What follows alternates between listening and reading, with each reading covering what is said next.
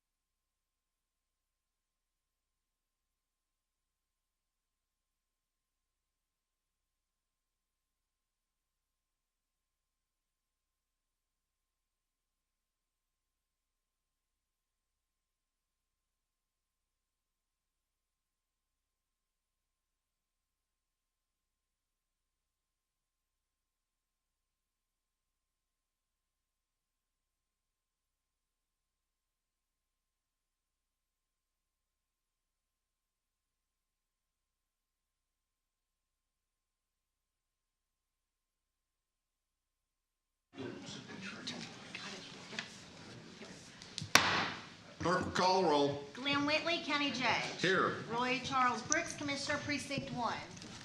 Present. Devin Allen, Commissioner Precinct 2. Here. Gary Fickus, Commissioner Precinct 3. Here. J.D. Johnson, Commissioner Precinct 4. Here. Constitutes a quorum. Thank you. Our invocation today will be delivered by the representative of the Lord here in this area, our own Chaplain McDuffie. After the invocation, please remain standing for our pledges. Welcome, sir. Thank you very much. It's going to be a great day. It is. Let us pray.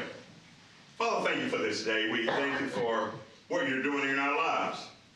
Father, you bless us so many ways that we can't even count. But seemingly we always try to find a way how to count on many blessings we would like for you to continue to bless us. But Lord, we thank you for this county. We thank you for these commissioners and this judge. But Lord, we thank you for the constituents of this county as well. And we know, Lord, without a shadow of a doubt, this Christmas is going to be one of the best Christmas ever. Because, Lord, we're celebrating you. Now, Lord, I just pray that the business of this court be taken care of in a very great fashion today, like only you can do. Bless each and every individual that's here. Bless this choir that's going to sing. And Lord, we give you the glory, we give you the praise, because it belongs to you. In Christ's name, I pray and ask it all. Amen. Amen. I pledge allegiance to the flag of the United States of America and to the republic for which it stands, one nation, under God, indivisible, with liberty and justice for all. Honor the Texas flag. I pledge allegiance to thee, Texas, one state, under God, one and indivisible. Thank you, Chaplain. Thank you, sir.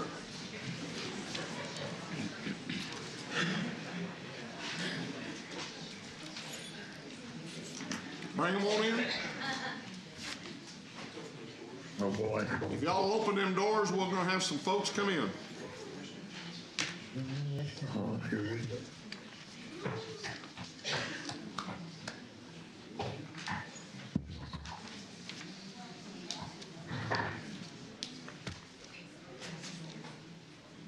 Morning. Hi. Good morning. Thank you for being here.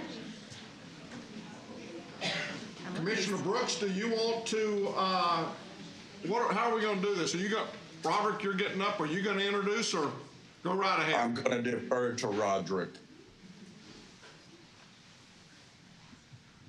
I'm going to use the microphone because I'm not like Chaplain McDuffie. I do not have the voice of God. Good morning, friends. Morning. Good morning. It is our great pleasure to introduce to you the I Am Terrell STEM VPA Choir. This is an annual tradition that we do every year to ring in the holiday season. Commissioner Brooks is excited to be able to present this treat to you, so prepare your hearts and your ears for delightful sounds from the I Am Terrell STEM VPA Choir. Let's give them a round of applause.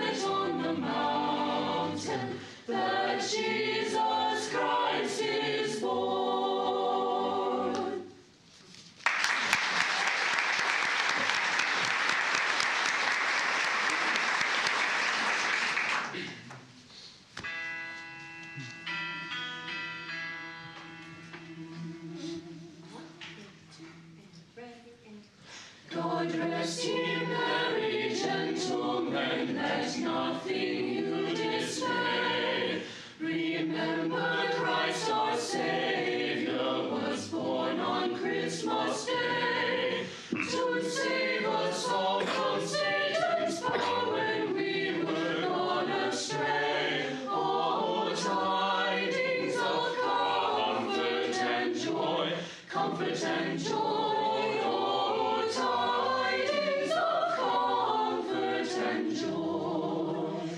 In Bethlehem in Jewry, this blessed babe was born, and laid within a manger upon this blessed morn, to which his mother Mary did nothing take in store. Oh, tidings of comfort and joy, comfort and joy. Oh, tidings of comfort and joy.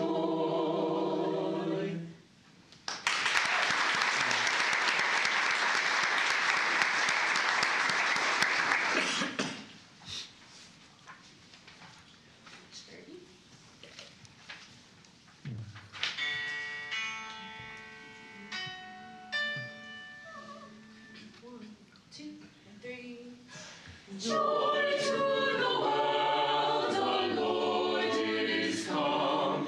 Let earth receive her King. Let every heart prepare him room, and heaven and nature sing, and nature sing, and heaven and nature sing, and heaven and nature sing. Joy to the earth, the Savior reigns. Let all their songs employ. What fields and floods, across hills and plains, repeat the sounding joy. Repeat the sounding joy. Repeat the sounding joy.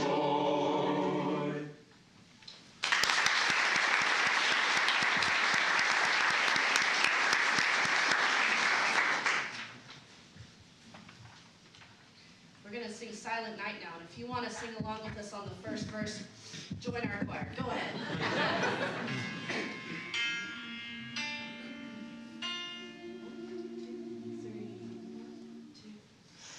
Silent night, holy night, all is calm, all is bright, round yon virgin mother and child.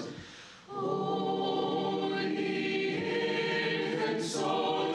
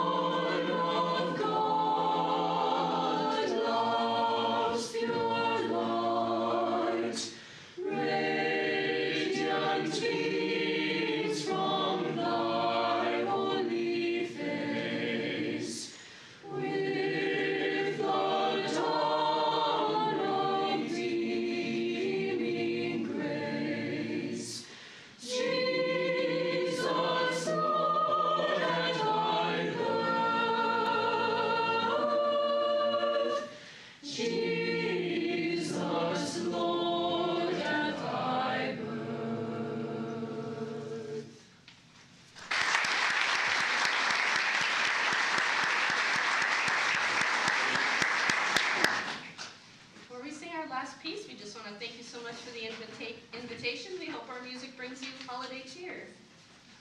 1,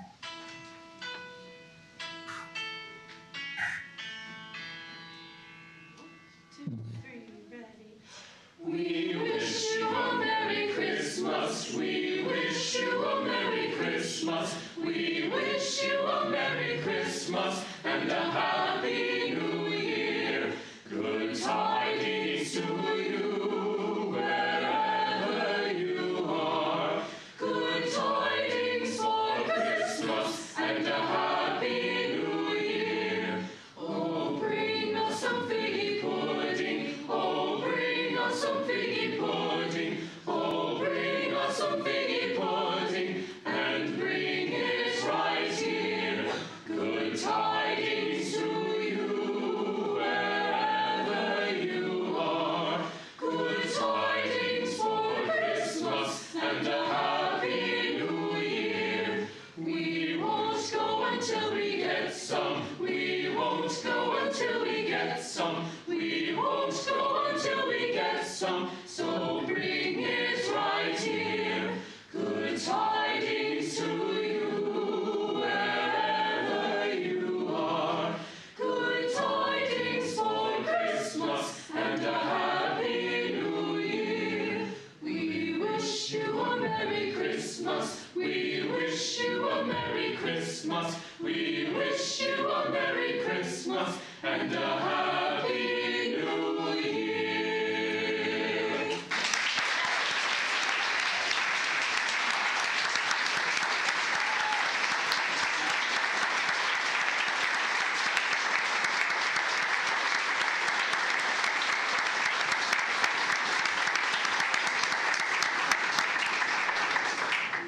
Great job. Thank you all so much for kind of beginning our Christmas, part of this last part of this court.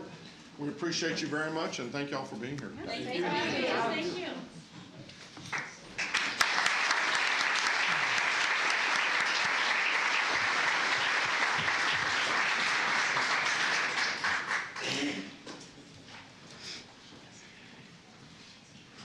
Mr. Manius.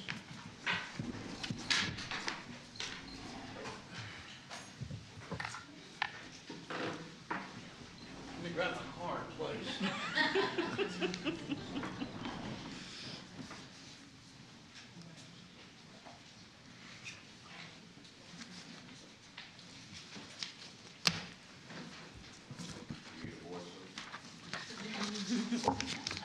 You know, I can only borrow your voice. That would be fantastic. So, members of court, we have several announcements relating to the agenda. First of all, we are going to hold one item under the administrator section. So item 10A6, this is the National Juneteenth Museum for Capital Project Funding. That will be on the agenda for next Tuesday for approval.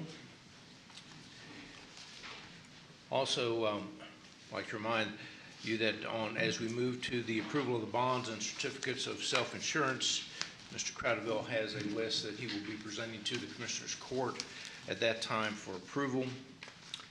And I also believe that we have at least one, maybe two different appointments to boards and commissions this morning also. And then finally, members of court, we are going to take an item out of order, and then when we get to the administrator section, we're going to go to the briefing item, and we're going to do the City of Mansfield Tax Increment Financing Zone number 3. That's the Starling Ranch program. And just one final note, we did provide some slides in your packet as it relates to the emerging health issues. We are not going to have a presentation on that today. However, on COVID, we have moved from minimum risk to medium risk again. We're right on the edge, and you'll see us going up and down. So, but everything else is in that slide deck that's part of your Commissioner's Court packet. Thank you, Your Honor. Thank you. Commissioners, any announcements from y'all? Go ahead. Yeah, wanted to announce again about our 13th Annual Transportation Summit that will be held this is the Tarrant Transportation Summit. It'll be held at the Hearst Conference Center on February the 17th. That's a Friday. And we would welcome anyone who has interest to call our office. So I think we're going to have a great turnout and a great program. So we're going to focus a little bit on our county bond issues this year and talk about that. And so I think it'll be a good program. I do have two announcements. First, as an introduction, I want to welcome, or I would like for you all to join me in welcoming Josue Cabrera. He is an intern with Precinct 2. He is currently a sophomore at TCU, and he was awarded the prestigious Community Scholar Award.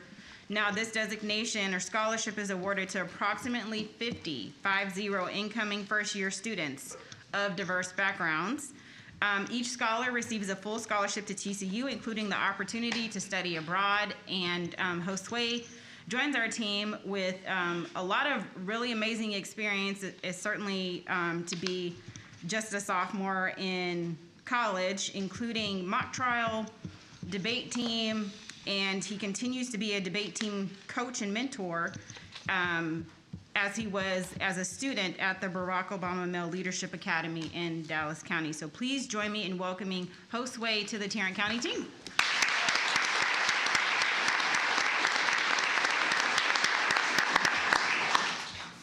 And then secondly, and I know we have a resolution later in the agenda where we are talking about World AIDS Day, and I don't want to steal anything from what he might be prepared to say, but I did just want to congratulate my colleagues, Commissioner Brooks, for last week having the AIDS Outreach Center being named in his honor as the Roy C. Brooks Testing and Community Outreach Center. So I think we're going to hear a little bit more about that. I hate that I missed it. I was out of town speaking, but please join me in congratulating Commissioner Brooks for his decades of work in this area.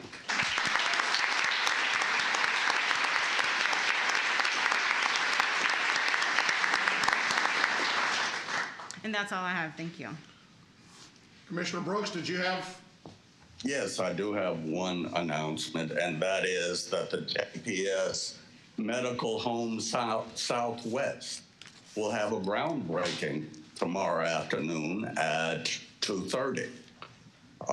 It's on Granbury Road, just south of Alta Mesa. You can't miss it. Thank you, Commissioner. Commissioner Johnson, anything this morning? No, thank you very much. Okay, if you haven't noticed, Catherine, stand up. Catherine graduated from TCU. Frogs. There's some more frogs in the audience. And I'm just going to tell you, there are other frogs in the audience. Y'all can stand up also. Certainly, we are all excited about the fact that they are in the college playoffs. And the thing that it didn't dawn on me until they announced it and someone brought this up, TCU will always have the honor of being the first Texas team ever to play in the college playoffs. And so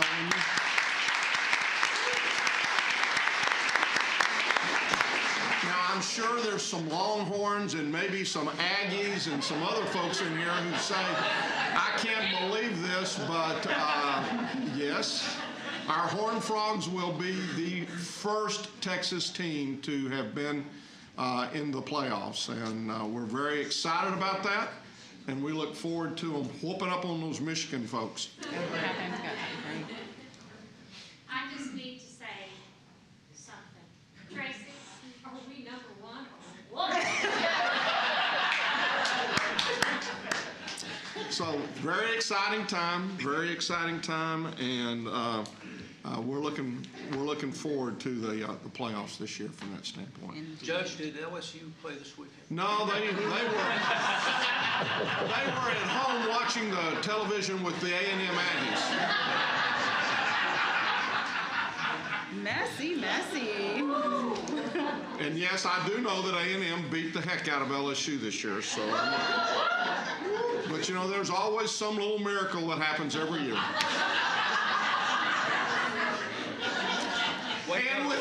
And with that, I will ask the court to approve the minutes of the November 22nd meeting, regular meeting. Second. We have a motion and a second. Please vote. Commissioner Brooks? Yes. Commissioner Johnson? Yes. Motion passes unanimously. We have a few resolutions, proclamations, congratulations this morning.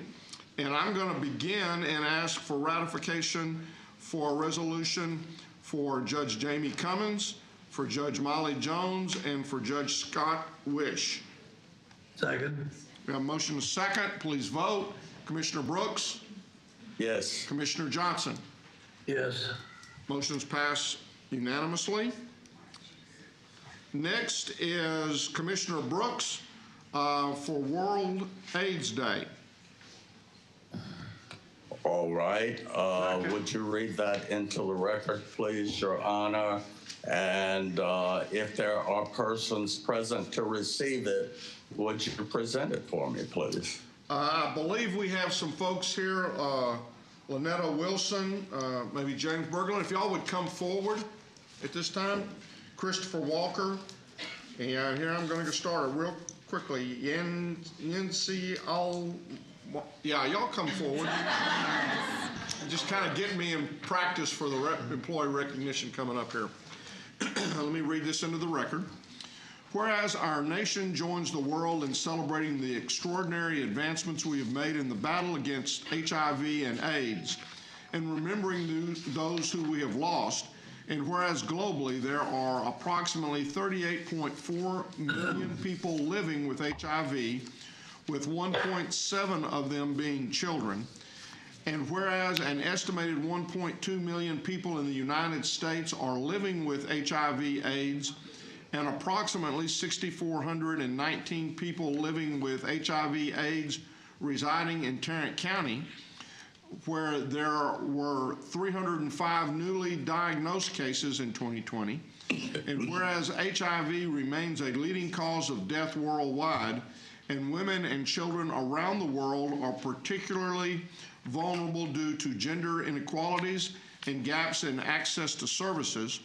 And whereas World AIDS Day provides a global campaign that spotlights how our fundamental right to health is intrinsically and that word.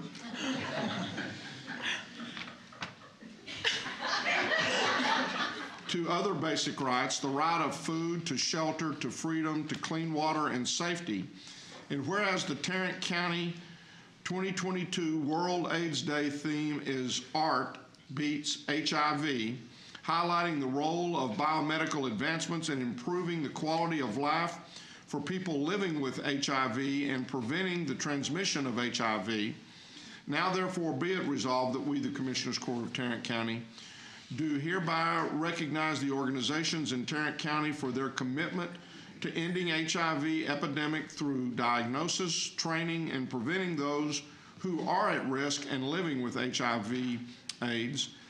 Be it therefore resolved that we do hereby proclaim Thursday, December the 1st, 2022, as World AIDS Day in Tarrant County and recognize the ending of the HIV epidemic is possible with a community-driven approach which includes the voices of people living with HIV.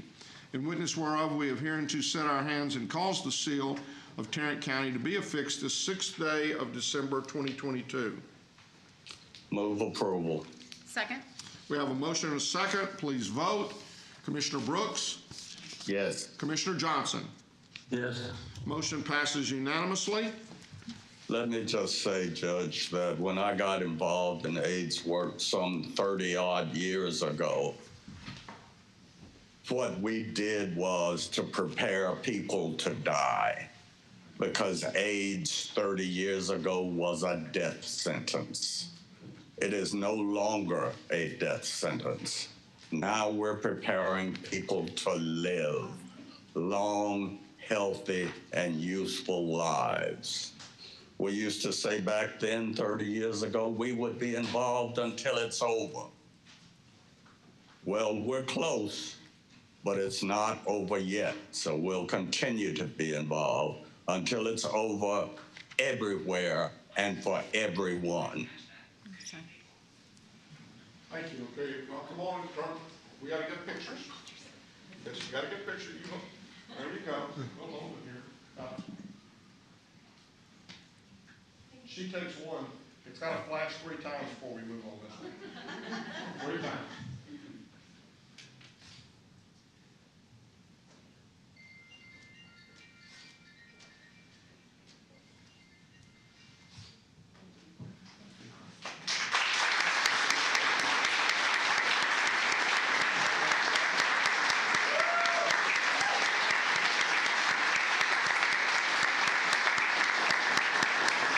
Good morning. Thank you morning. all. First of all, I would like to thank Tarrant County Commissioner Brooks and all of the commissioners and other elected officials for your support for all the World AIDS Day activities last week. We are incredibly grateful for your continued partnership and commitment to ending the HIV epidemic. I would also like to acknowledge the Modern Art Museum for providing an incredible space to honor and celebrate our day. They provided us with an amazing environment to showcase just how art beats HIV.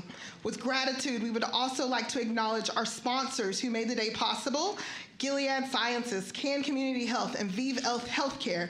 We would not have been able to commemorate World AIDS Day in such a wonderful way. We appreciate their generosity in honoring the lives of people living with HIV. To our planning committee, our judges, local artists, we truly appreciate their time and effort to carefully evaluate each piece, planning all the details, and for being present. This year, with the help from the National AIDS Memorial, we were able to host the AIDS Memorial Quilt. The AIDS Quilt is the largest public display of art and serves as a reminder of the lives lost to HIV and AIDS. A local community member reached out wanting to see and share her sister's panel and honor her life at the event. It was a moving tribute, and it was a wonderful way for us to remember the H, or human, in HIV. We appreciate the life of Molly Miller, her family traveling from near and far to help us celebrate the day, and for sharing a little bit of her life with all of us. Ending the HIV epidemic in Tarrant County is an ambitious goal, but it's possible. It will take continued partnerships like the ones mentioned above with community members who are committed to equitable and innovative solutions for all Tarrant County residents to reach positive health outcomes. On behalf of the Tarrant County HIV Administrative Agency, the World AIDS Day Committee that I know are here in the audience as well, we appreciate the recognition today, and we thank you all again for your support as we work hard to beat HIV in Tarrant County. Thank you all so much. You.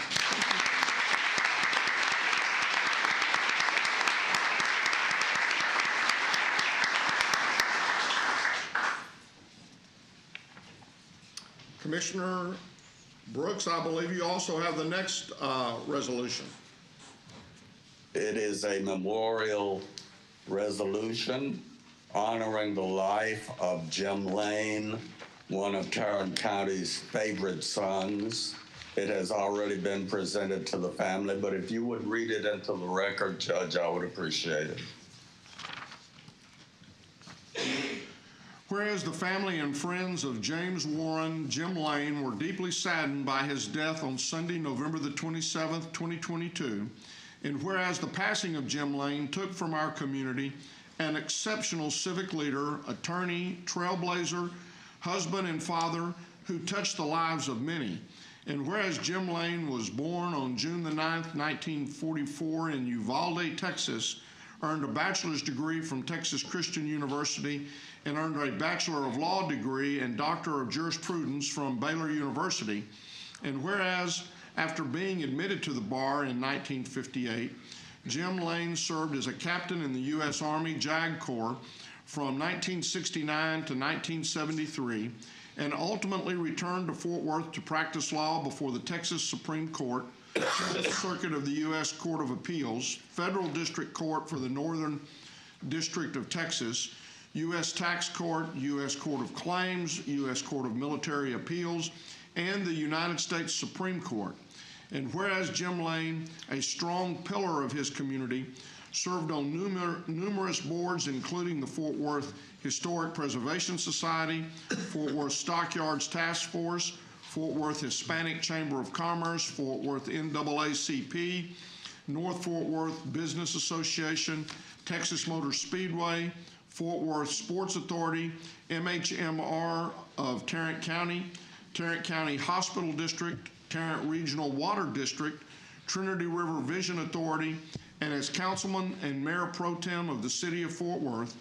And whereas Jim Lane, who was truly the embodiment of kindness, is survived by his wife Janet Lane, son Jake, brother Bill Lane, and a host of other relatives and many friends, now therefore be it resolved that we, the Commissioners Court of Tarrant County, pay tribute to the memory and legacy of a beloved and honorable man, recognize the contributions he has made to the people of Tarrant County and to the state of Texas, and extend our deepest sympathy to the members of his family and his many friends for their great loss.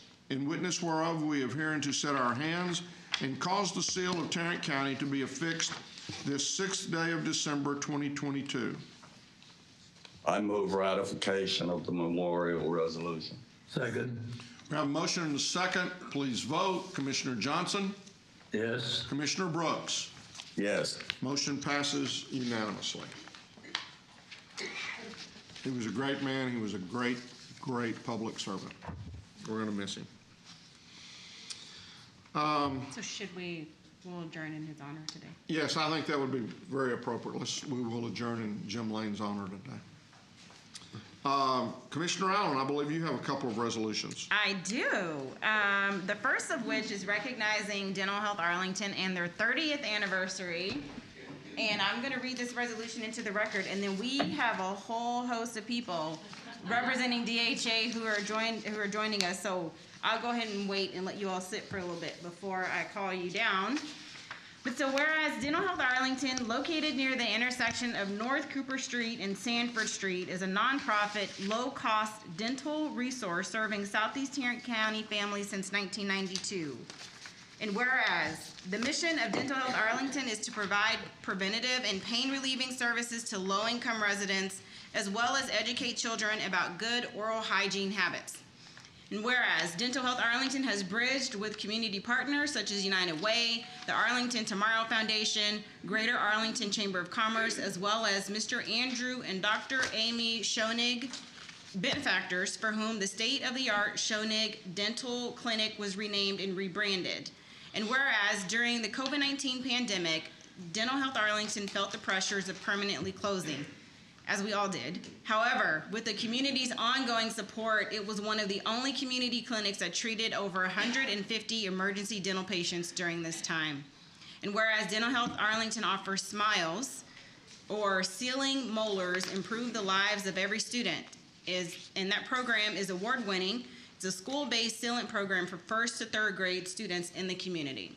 And whereas with Women Inspiring Philanthropy, or WIP, Dental Health Arlington recently funded the expansion of Smiles to include 4th grade students, further enhancing coordination of care from the Smiles program back to the Schoenig Dental Clinic.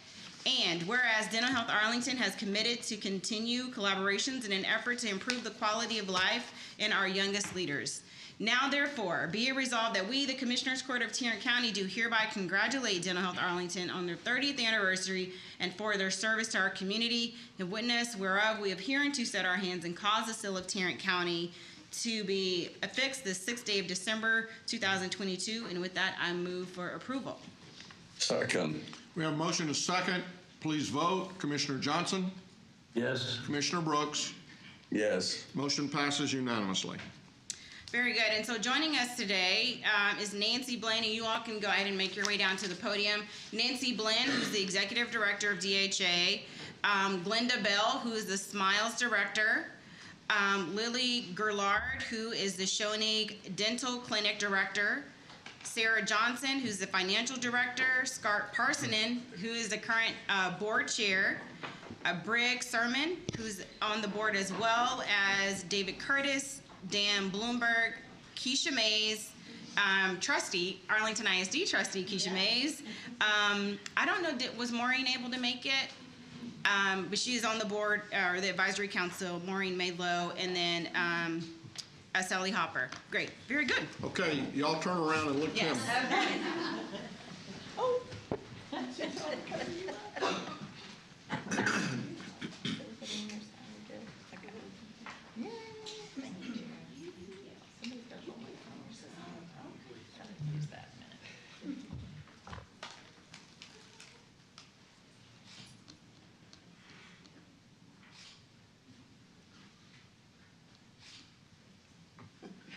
Very good, and then we'll move the podium back, and Okay. so then you can make some remarks. Okay. Thank y'all very much.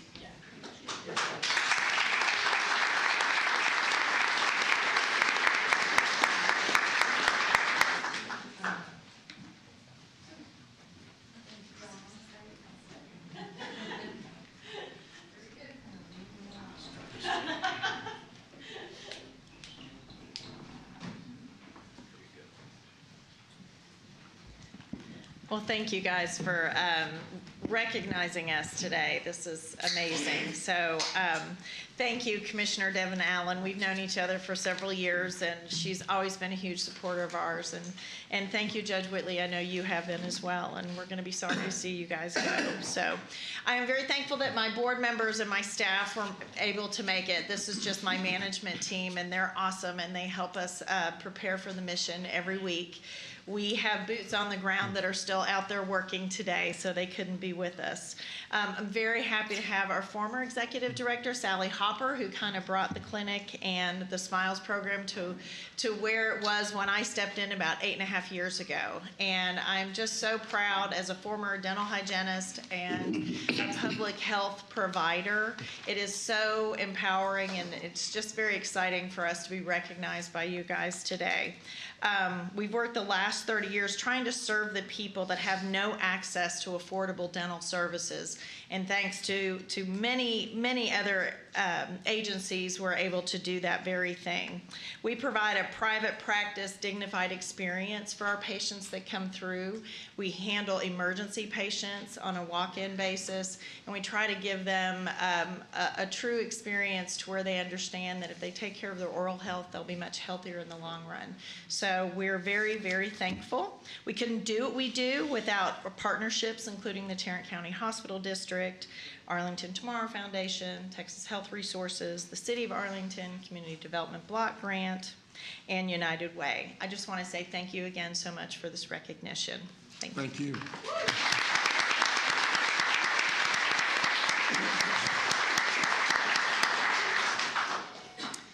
So the second resolution is recognizing the Sanford House and their 25th anniversary. And I will read this into the record, but just before I do that, I just wanted to mention that Sanford House is Arlington's only luxury boutique hotel. They have a great restaurant for which I have a lot of lunch meetings there, and the food is really good. But more importantly, that Valerie, and I know her grandmother, Sharon Bergstrom, is here, and her mom, others of the organization have just been longtime leaders in the community and have given so much to Arlington and Tarrant County. So with that, I will read this into the record. Whereas the Sanford House Inn and Spa, centrally located and nestled near UT Arlington and the Entertainment District, is a family-owned small business that blossomed into a boutique hotel. And whereas the Sanford House is known for its enchanting scenery filled with cottages and villas, a full-service spa, and fine dining-inspired American cuisine at Restaurant 506, and whereas Valerie Landry and the Sanford House team has expanded their original concept of the business and embraced the turning points of growth and continue to offer experiences to a diverse community. And whereas for 25 years, the Sanford House has given experiences of a lifetime in using business and passion to care for people. And whereas the Sanford House celebrates their 25th anniversary by implementing 25 acts of kindness during the year as their way of saying thank you to the community, now therefore be it resolved that we, the Commissioners Court of Tarrant County, do hereby congratulate the Sanford House for 25 years of service and thank them for their commitment to embodying the spirit of small business, resilience, and hospitality in all that they do. In witness whereof, we have hereunto set our hands and caused the seal of Tarrant County to be affixed the 6th day of December 2022. And with that, I move for approval. Second. We have a motion and a second. Please vote. Commissioner Brooks? Yes. Commissioner Johnson? Yes. Motion passes unanimously. And joining us today is Valerie Landry, serves as the General Manager, Ms. Sharon Bergstrom, Ms. Darla Somerville, Mr. Nick Keith, Ms. Sarah Reed, and Ms. Laura Heyman. Sharon, will you?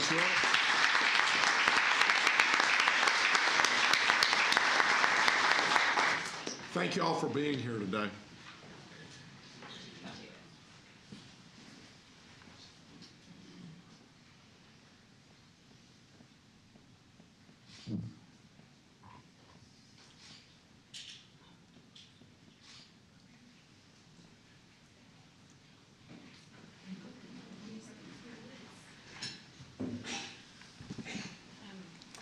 First of all, thank you very much for this honor, Commissioner Allen. I really appreciate it. And thank you, Judge Whitley, and all the other commissioners of the court. You know, we try to provide tremendous, sincere hospitality to all of our guests, and not just take care of the person in front of us, but the human, the soul in front of us as well. And we couldn't do that without our phenomenal team. So thank you to those who were able to make it today. We have several that weren't able to because they are out making sure everyone is taken care of. But thank you for the community's support. The 25 Acts of Kindness is almost complete. We have one more this Saturday with Santa coming with hot chocolate. We're collecting canned food and dried goods for the community helpers, and so they're coming out in partnership with Yelp to come and collect all of that for those families during the holidays, and then we will tie everything up with a nice bow with doing wreaths across America. And we are also sponsoring the kindness campaign at Spear Elementary in Arlington to finish everything out, and we will ultimately end up with 26 acts of kindness. But it was such an honor to do so for the community, and I can't wait to provide all of those results to everyone. So thank you for your support. Thank you.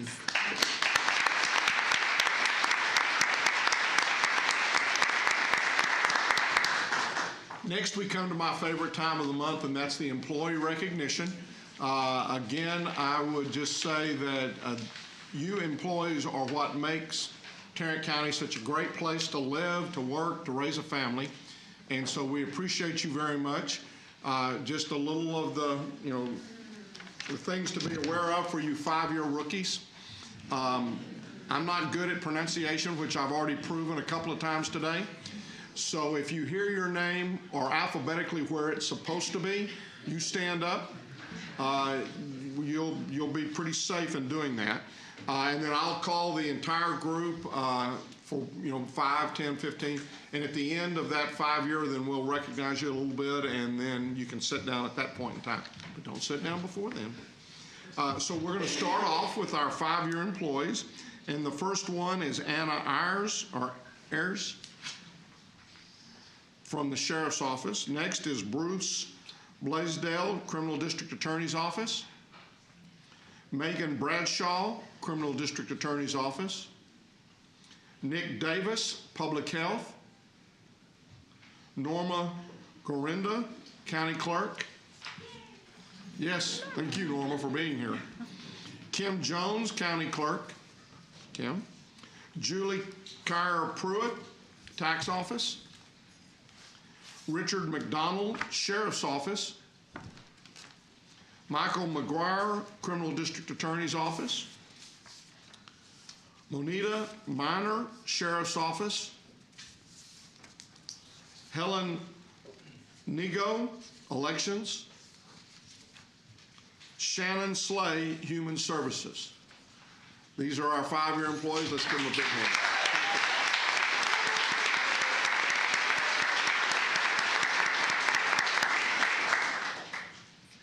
Next is our 10-year employee, Jeanette Martinez, Precinct 1.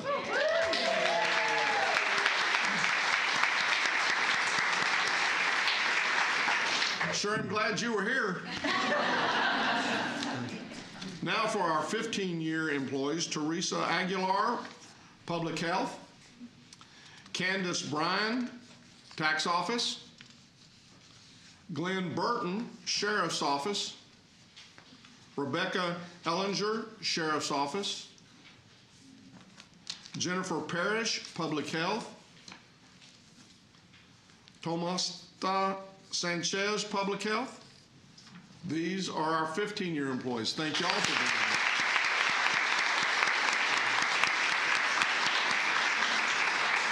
here. Now for our 20-year employees, Christopher Barney, the Sheriff's Office. Mark Blake, Criminal Court, County Court at Law number 3. James Castillo, Information Technology. Linwood Joyner, Information Technology. So you brought your own cheering section here with you, didn't you? Natalie Rose, County Judge's Office. She brought her own cheering section too. Jason Scott, Sheriff's Office. And Jose Abera III, Sheriff's Office. Let's welcome all of these.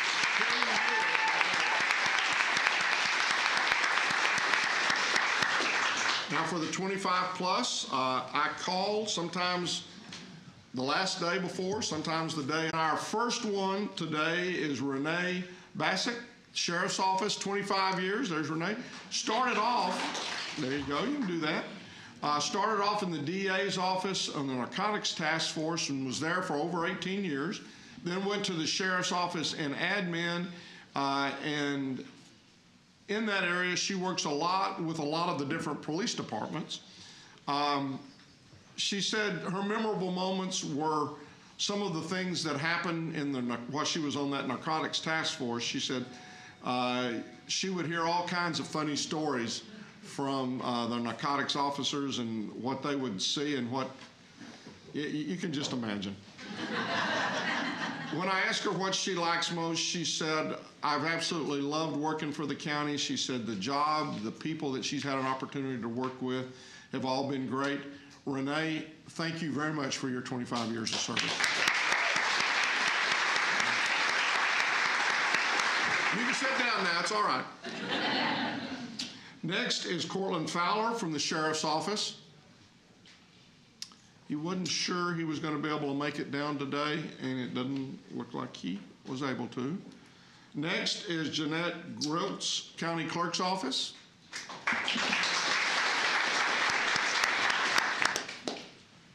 Now, let me see. We had a little problem with the computer this morning, so this is kind of a hit and miss type deal, but I found you. Started in the county clerk's office at the front counter, I guess, in customer service area. She said, I've been all over the places in the clerk's office. Now is in the judicial compliance area, collection area. Memorable moments, she said, over the years, she said, I've had an opportunity to witness a lot of different things. And she stopped right there. And I'm going to tell you, when I started out doing this, people would tell me things. And then they realized I was going to tell them on Tuesday. And then all of a sudden, everybody just hushed up. I mean, oh, yeah, we've seen it. I could hear the laugh in their voice, but I could never pry the story out of them after that. She said, what I like most is the people that I've had a chance to meet and the friendships that I've made while I've been with the county. She said the benefits, they're very good, but they're secondary to the friendships and the other things that she had talked about. She said, I'm just grateful to have had an opportunity to work with Tarrant County. And Jeanette, we are equally grateful that you've given us 25 years. Thank you very much.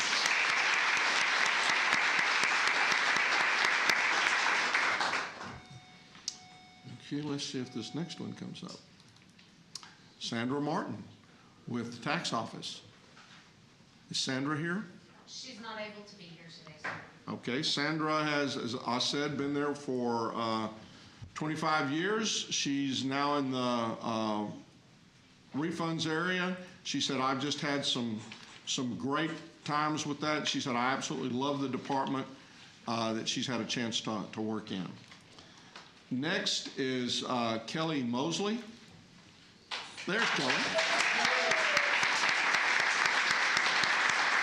She is in probate court number 1. She said, I started out in the marriage license area of the clerk's office. Then I went to probate clerk's office and has been there, I guess, since 2001. Memorable moments. And what she said was, my daughter was born 3 months premature. And she said, I could not have made it had it not been for all of the love and care and just being there that the office surrounded her with in that time of need. She said, you know, it was, I can't even imagine having done that. She said, what I like most is the family atmosphere, and you couldn't have seen it any more than in what we just talked about. She said she doesn't feel like she's going to work, and we talked about that. I've made the comment that in the 26 years I've been here, I've never felt like I've gone to work a day in my life. Time has flown by. She said, you know, the transition to Judge Ponder has been great. He's done a great job. Do you have anybody with you that you want to introduce today? No, yes, I didn't know if you had somebody that had come along with you or not. Just office. Okay. Y'all stand up. Y'all stand up.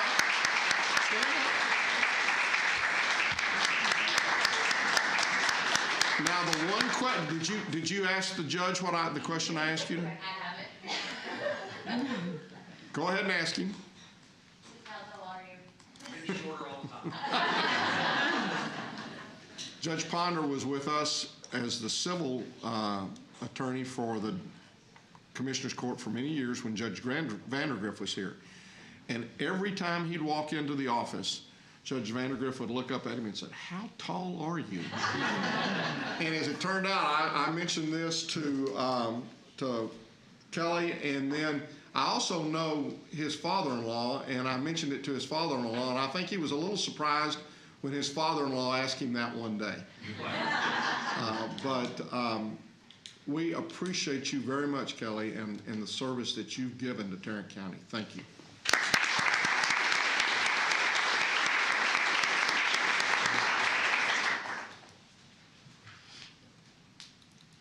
Next is Chris Peterson, IT. Is Chris here? Okay. After Chris was to be Nicholas Spivey. We'll all be thankful that Nicholas didn't show up today. He's got the flu. Oh. So he's fluing at his office or his home. Next is Daryl Tennyson, Precinct 1, Equipment. Is Daryl here? He wasn't sure he was going to be able to make it. Oh, there he is. Good for you.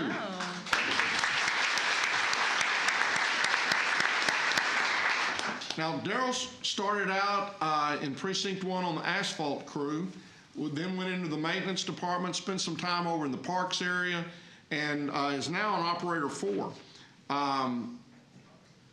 He loves the people. He said he said we work hard, but we also have a lot of fun, and he said it's a lot of good times. Now, Daryl will be retiring at the end of February. But some of the stories that he said, you know, whenever we have special events out there, he said, I'll barbecue and, you know, we'll have ribs or we'll have barbecue. We do all kinds of good stuff.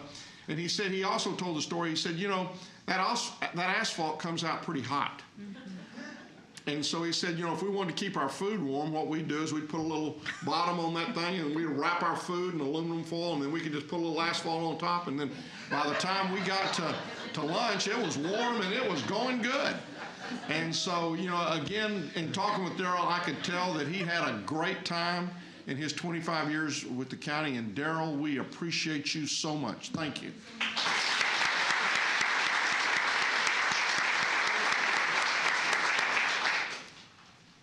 Next was Catherine Zimmerman from Public Health, but she also wasn't able to make it today. I don't think she was able to make it today. Maybe I better ask the question. Okay, no, she wasn't. Next is Deborah Bisner. Where's Deborah? She wasn't sure she was going to be able to make it. She is with the Criminal Mental Health Court, and now is with Domestic Violence Diversion Program, and has been there for 30 years.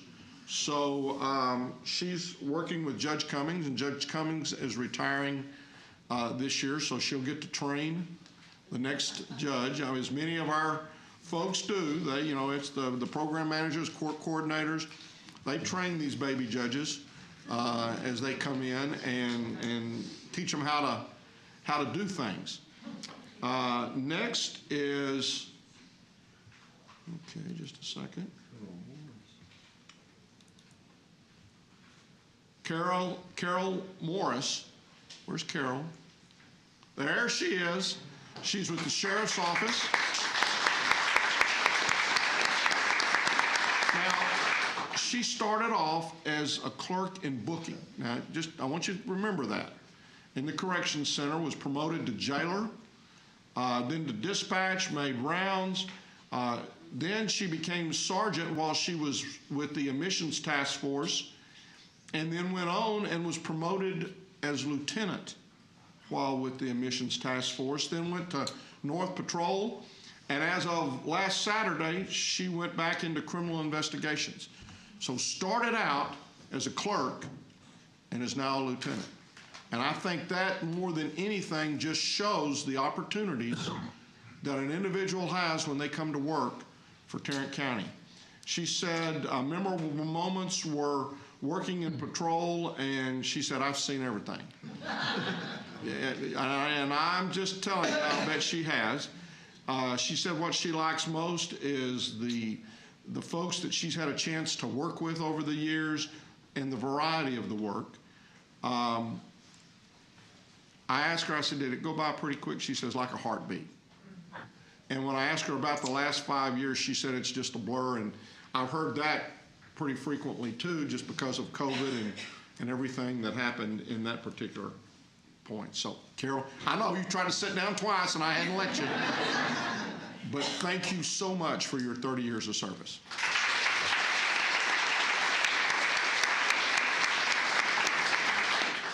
Okay, I better draw this up before I start talking. Our last person this morning, Savala Swanson, Jr., 30 years. Okay, you got to come out from behind those balloons. I can't see you for those balloons you got up there. Savala started in the jail in the maintenance department, moved to facilities, then to, I think, to the Tim Curry, and is now at the Resource Connection. He is the second generation of Swanson to work here. And he said a memorable moment was when he could eat lunch with his father, Savala Swanson, who was in the Sheriff's Department. And he's passed away.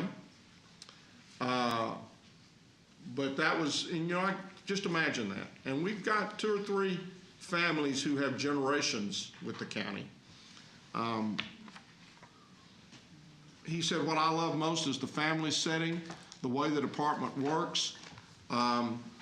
Since we talked on the 25 years, he said, he's got 3 kids. He's got twin boys. One's graduating in December and another in May. His daughter is a senior at Trinity High School out in HEB area. He said, I really have appreciated the team atmosphere and effort. And I said, well, who's going to continue on the 3rd generation? And he said, well, funny you should ask. Sterling Swanson works for the district clerk's office, and he's the 3rd generation. So I'm going to tell you, this is the last employee appreciation, and you're the last person I get to recognize, and I cannot tell you how happy I am that it is you and it's someone whose family has been a part of Tarrant County for well over probably 3 or 4 decades.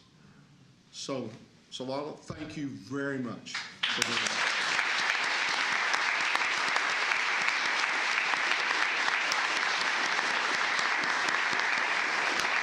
615 years.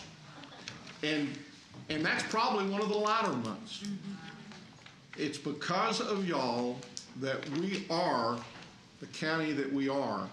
And all I hope is that you continue to keep that family atmosphere, and I know you will. 504C, we've got refreshments and pins and stuff like that. Thank you so much for all of the work that you do for Tarrant County.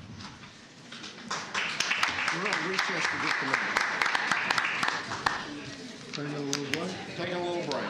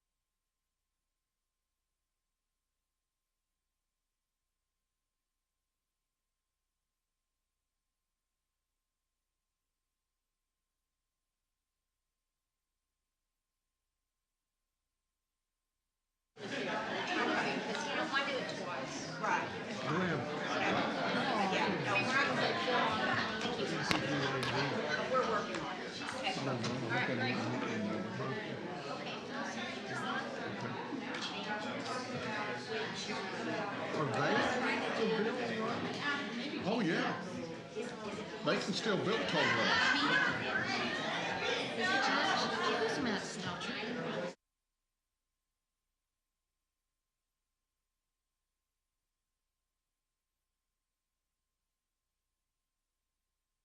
Kind of wondered that myself.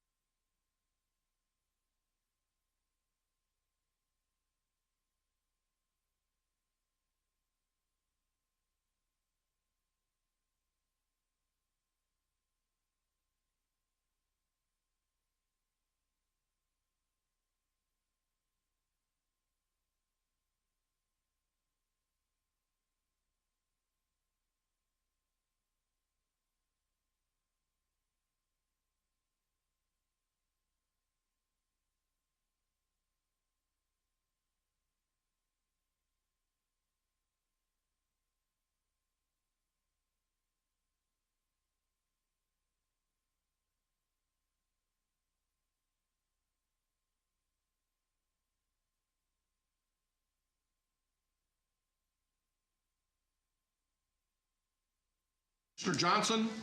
Yes. Commissioner Brooks? Yes. Motion passes unanimously. Court members, you have before you our consent agenda. Move approval. Second. We have a motion and a second to approve the consent agenda.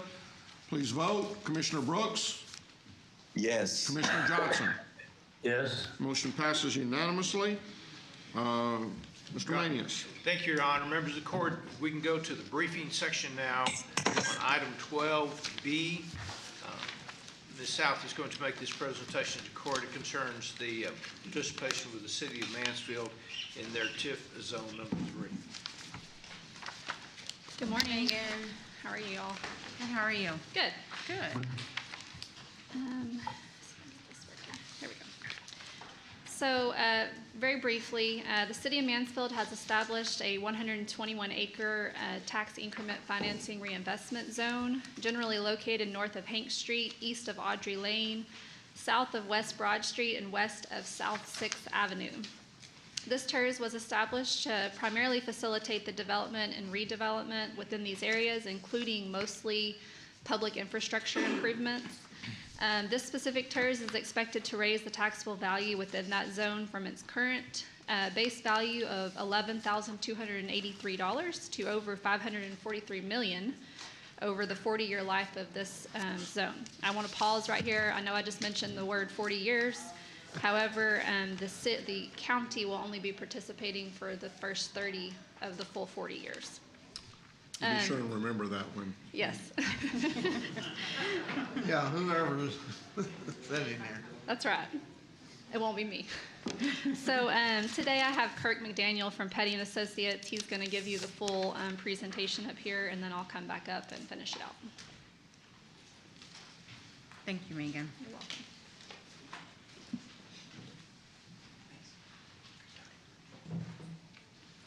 Good morning. Good morning. Thank you. How are you? I'm doing well. How are y'all? Good, thank you. Good. Well, as Megan said, my name is Kirk McDaniel with Petty & Associates and also P3 Works. We're the TERS consultant for the city of Mansfield for this project. And so I have a brief presentation here to kind of give you an overview of the specifics of this project. I know as a court you're already very, very familiar with TERS and how they work, so I'll skip that type of introduction. Thank you. Specifically on this, so this is within the city limits of Mansfield. It's about a 400 home development is the anticipation. It's a much smaller TERS than a lot of the ones that we've brought before you before, at less than 150 acres. There would be significant open space components, but there is a very significant public infrastructure need in this area, and so the TERS would be one of multiple tools that would be used to finance that public infrastructure, so there would also be a public improvement district on top of that. This is the specific boundary of the zone. You can see it's near the south side of the city limits, and actually is only partially within Tarrant County. A portion of it is also within Ellis County. And so obviously the county would only participate in the portion that's within your boundary. This is a brief concept plan that shows the proposed uses. So you can see it's primarily a residential development. There is a small amount of commercial that's specifically earmarked for a grocery store. The city is really wanting to bring that there because it's kind of a food desert in that area, and so that's a significant part of the incentives in this agreement or in this project. And that is on the northwestern corner. It's a small amount of commercial, but that would include a grocery store. As far as the taxable value, as Megan said, over the life of the zone, it would end up being close to $540 million based on current estimates. Those estimates are very conservative. We include 2% value increases every year, and we also include 0% for 2 years each decade to simulate economic downturns. So it's a very conservative analysis. It could very much come in much higher than what these values represent. This next slide is very important. So this shows the revenue that the county would retain versus what they would contribute into the zone. So this is shown over the full 40-year life of the TERS, because that's what the city set it up to be created for and will be participating in it at. But as you can see, at the 30-year mark, that's when the county participation would end, and all of those dollars would then be retained by the county. So let me stop you just one Yes, sir. Is it the earlier of the 30-year mark or the dollar amount that we collect? So if it ended up, for whatever the reason, it didn't go, we didn't collect everything that we had said we'd collect by the end of the 30th year, then we would still be dropping out? Yes, sir, that's correct. Okay. And that maximum number is on my next slide. It's about $5.3 million. So it's the earlier of, if those values are low and it comes in sooner and you get that 5.3 sooner, that's when the that's when the participation would terminate. Or if the values were high in the plan and it came in, you didn't quite hit that 5.3 million, then the termination would happen at the 30-year mark. It looks like most of these things are single-family residents. Mm-hmm. Yes, sir. So my concern would be is if the legislature decides to do something on homestead exemptions or something like that, that precludes the dollar amount from going up as much as we thought it would. Okay. That could certainly happen with the legislature. Yeah, you're right. Anything could happen. Okay. This slide here then shows the summary of the city's participation. So 40 years at 50%, and it would be about $45 million versus the county's, the request for the county's participation, which would be 30 years at 50%, just like the city. That's about $5.3 million. Let me just, I think I know the answer, but the city participation, because they get 45 million and we get 5, I'm assuming that the city's includes the Ellis County? No, sir. No? Ellis County's numbers aren't represented in this one, in this slide. Okay. But it does include the value that would be in the Ellis County portion of the development. That's what I meant. Oh, I apologize. Yes, sir. It does include the value from Ellis County. Yes, okay. Sir. Okay. So if there's no other questions on this, then the next slide is on the specific project costs within the project and finance plan. So we've separated these into 2 different tiers of costs because we knew that there were some projects that the county wouldn't want your increment to go towards. Primarily, those would be economic development grants, which statutorily you cannot use your increment towards. So we just went ahead and outlined those to make it clear within the agreement itself. And then there is some anticipation that in a future development agreement on this project that the city could provide some type of fee waivers or impact fee rebate, something like that. And so the city wanted to include the ability to reimburse themselves from the TERS revenue after all this infrastructure has been paid off, so much later in the life. And then again, we wouldn't want the county increment to go towards paying city reimbursements, so we went ahead and excluded those from project costs. Otherwise, it's really just core roads, water, sewer, storm drainage, and the soft costs related to those. Again, it could be funded via a combination of vehicles, so it could also be funded through a public improvement district, but it would be going towards these core infrastructure projects. So if the court has any questions, I'm happy to answer them. But otherwise, it really is a high-level overview of this project and the request before you. I don't have any questions, just a comment that GK and I met with Mansfield almost around this time last year about this and another proposed TERS, which the future court will have to discuss that. But I know Mansfield has been working on this, and I want to thank Megan for her work in shepherding this along as well. So are we taking action next week? Yes. Okay. Thank you. Thank you. Thank you, Kirk.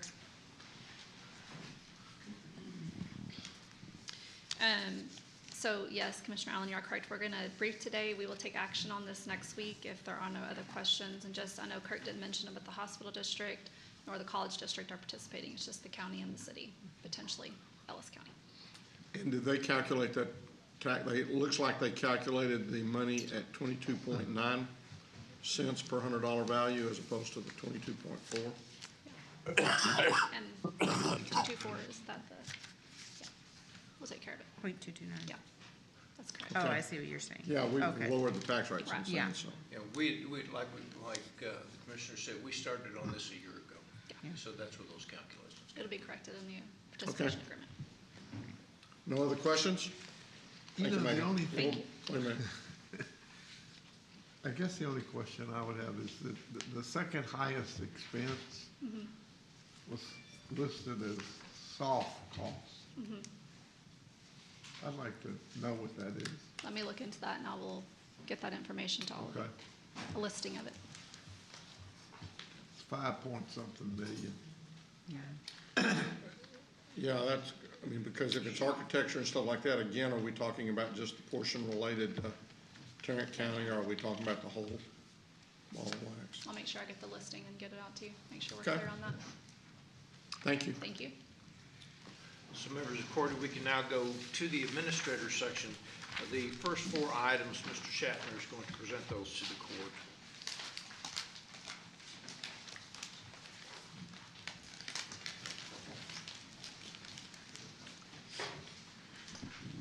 Good morning, Judge and Commissioners. Hi, Russell. How are you?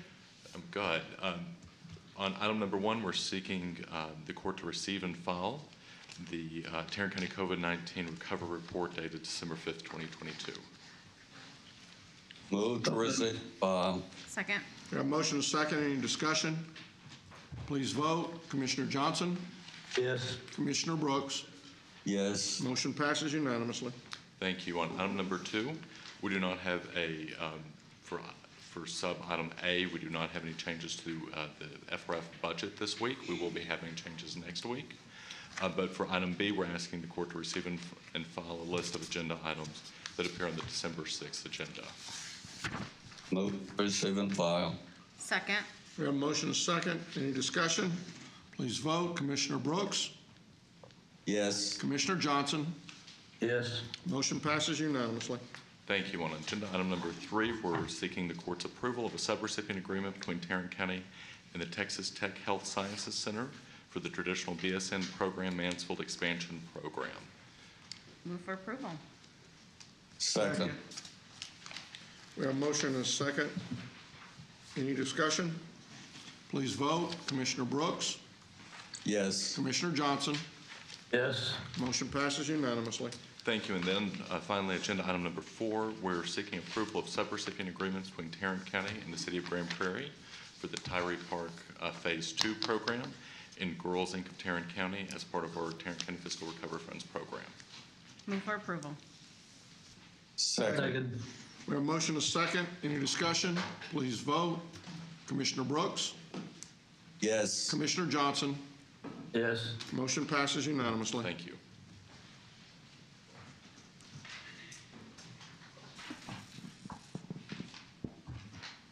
I just want to add right quick, well, I know this stuff is, I guess, ARPA related or not, what you're getting ready to cover, but I just wanted to say that last week, the judge and I think Commissioner Brooks was there as well, was at the Large Urban County Caucus Symposium, and they hosted a panel on ARPA.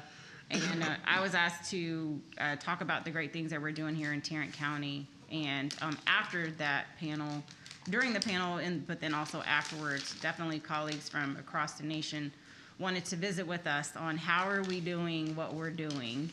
And so I just want to make sure, even though I was, shouting out people during the panel, that I just continue to recognize our team here. So I just want to thank everyone who is doing so much work to make sure that we are getting the ARPA dollars out to the community, and also that we are, being accountable for that money. And I know it's a lot of work that we don't see up here. We know it happens, but we don't see it. So I just again want to express my gratitude to all of you all for all of your great work. And I want to echo, and I want to just recognize what a great job that Commissioner Allen did, not only on the panel that she was a part of, but they last minute asked her to moderate a panel, and she did a fantastic job on that. But it is pretty amazing when you hear some of the other stories. One of the representatives from one of the counties got up and said that they were spending it all internally, not anything going out into the community. And we've seen time and again different stories where folks are not collaborating with the cities or with other entities. And I am so proud of Tarrant County and the way we've approached this from the very beginning to doing the needs survey throughout the process. And I too want to compliment our staff for all the hard work that they put into doing this. It's all second mile work because they already had day jobs. Yes. And so we really appreciate all the hard work they put into that. Across departments, so everybody, thank you very much. I really think we have one of the best, if not the best, program in the country. I would tell you that I think a lot of the country agrees with you. Yes.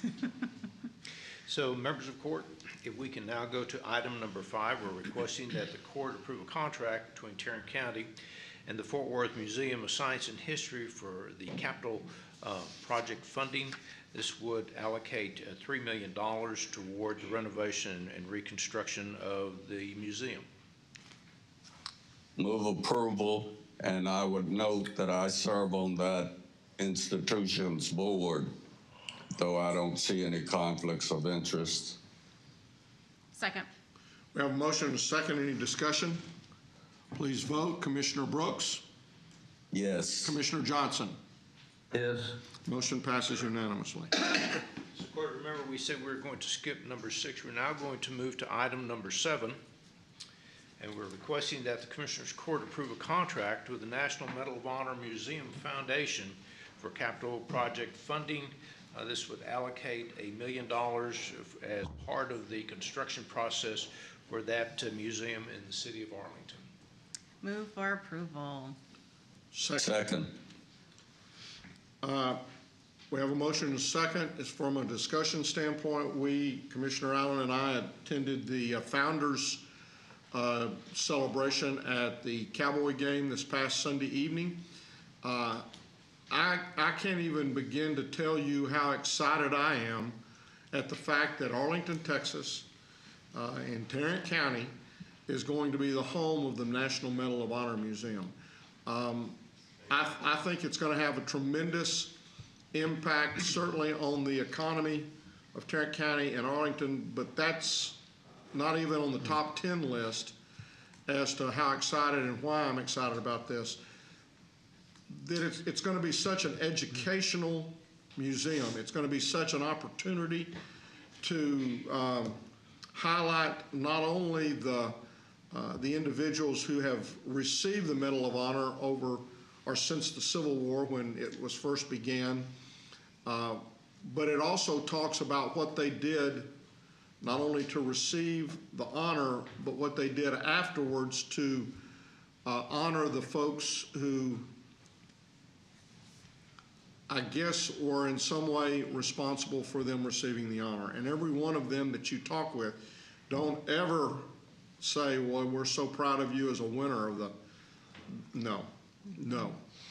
They talk all the time about the fact that there were others that moved them along, that helped them along. The youngest was there, 31 years of age,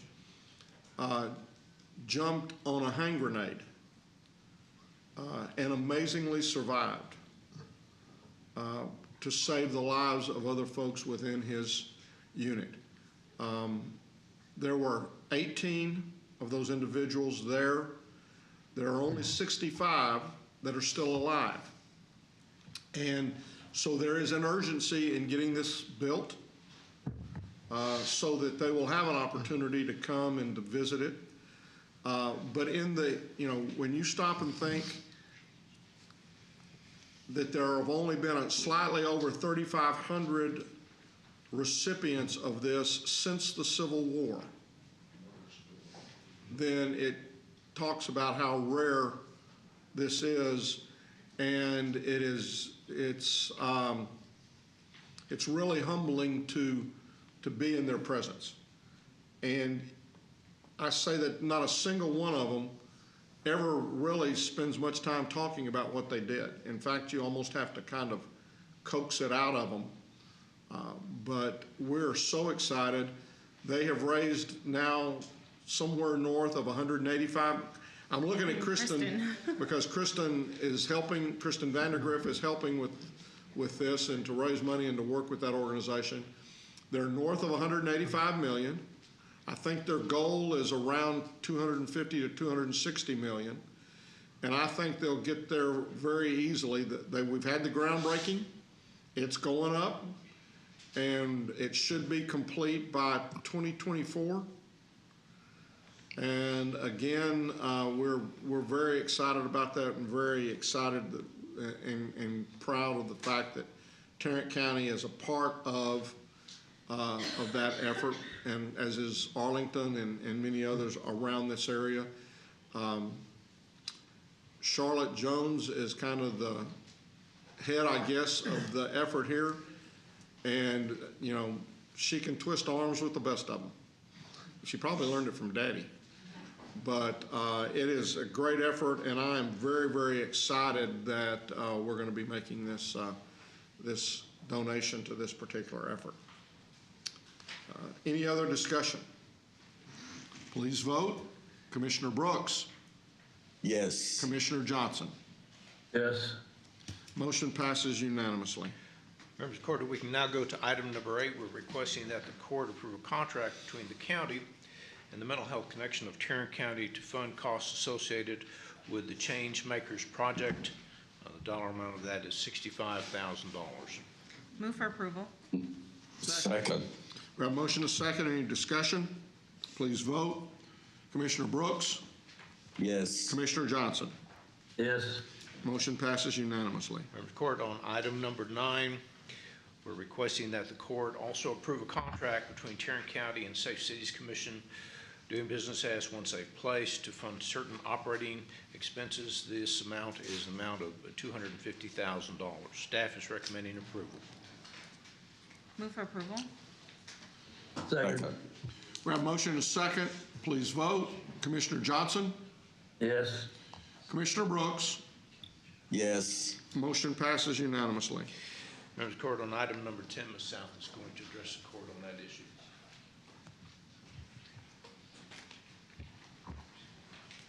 Hello again. Hi, Megan. So I'm going to give y'all a little bit of history on this one because it's been a little bit since we talked about it. Thank you. Back in May of this year, we originally briefed the court on the MP Magnetics, which is a company that manufactures rare earth magnets and related materials. They have already started construction on their first facility and corporate offices here in Tarrant County.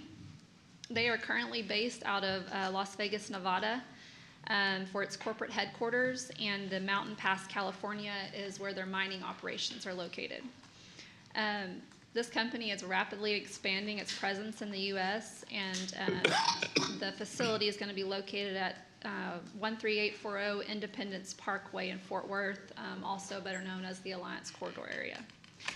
So this project will bring an estimated $100 million, with $40 million for real property and $60 million for business personal property to the facility. They will also bring 30 new full-time jobs by the end of 2023, with expected growth to over 90 employees by the expiration of the abatement period. The salary, their average salary for these employees will be $80,000, and they do provide health care and other benefits at a reasonable cost to their full-time employees. The City of Fort Worth has approved a 7-year tax abatement providing up to 60% of real and personal property taxes. That will begin in year 2024.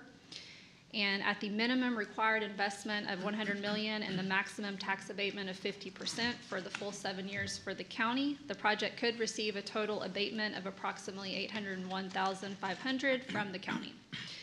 Over that same period, the county will also receive an equal amount of tax revenue on the unabated portion of the new improvements, as well as the current base value of the property. New tax revenues from the unabated portion of new improvements are expected to be approximately $114,500 annually for the county.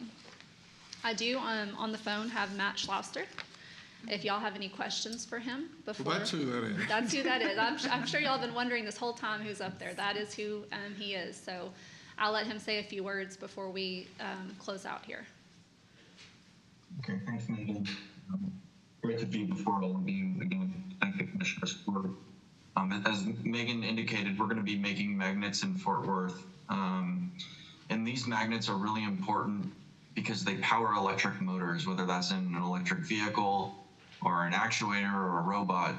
But they're also critical to defense systems. I was just at a DoD conference yesterday. Every major weapon system that we make that keeps us safe in America depends on these magnets, and the problem is we don't make them in America anymore, despite the fact that they were invented by the U.S. Air Force Laboratory. So that's what we're going to be changing in Fort Worth. We're going to be making these magnets. As Megan indicated, thanks to the great team at Alliance Development, we're moving really rapidly. We broke ground in April. We've got the building shell complete.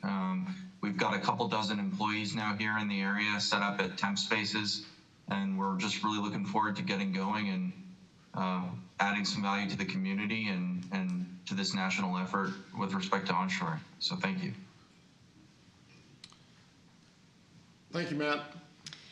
So if there aren't any additional questions, I would ask for approval of the tax abatement agreement between Tarrant County and MP Magnetics LLC.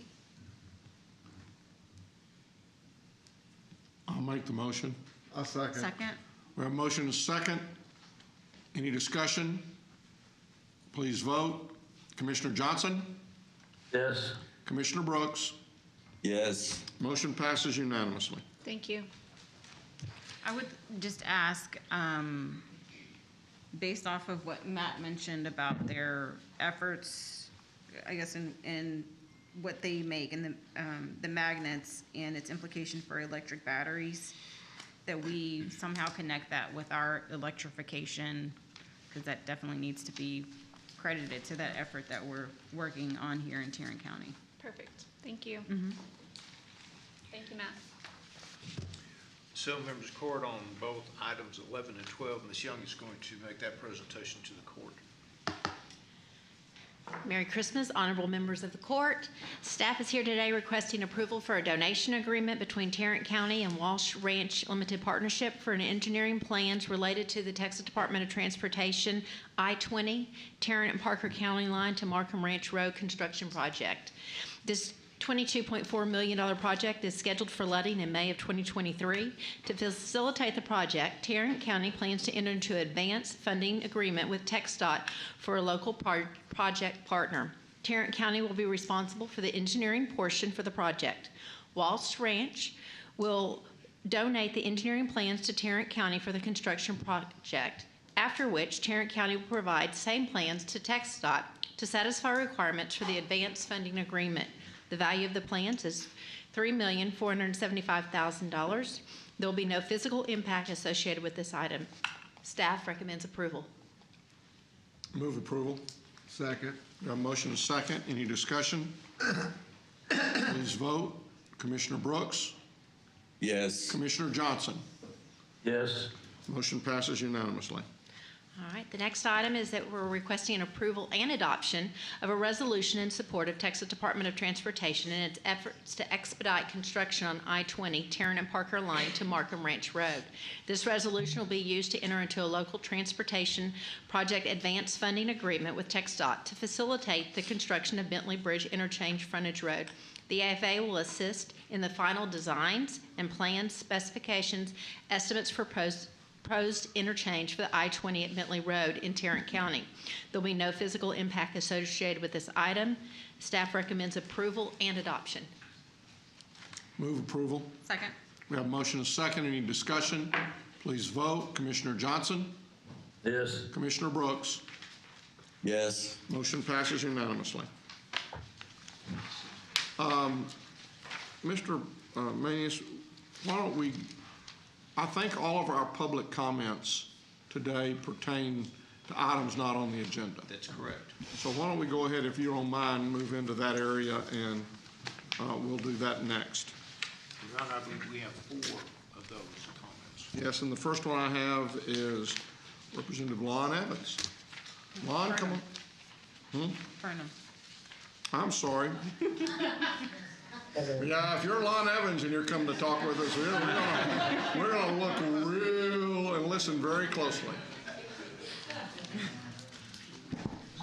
So I hope you don't think I'm here to haunt you. No, that thought's never crossed our mind, Lon. But I am here to remind you. I'm Lon Burnham. I live at 2136 Avenue.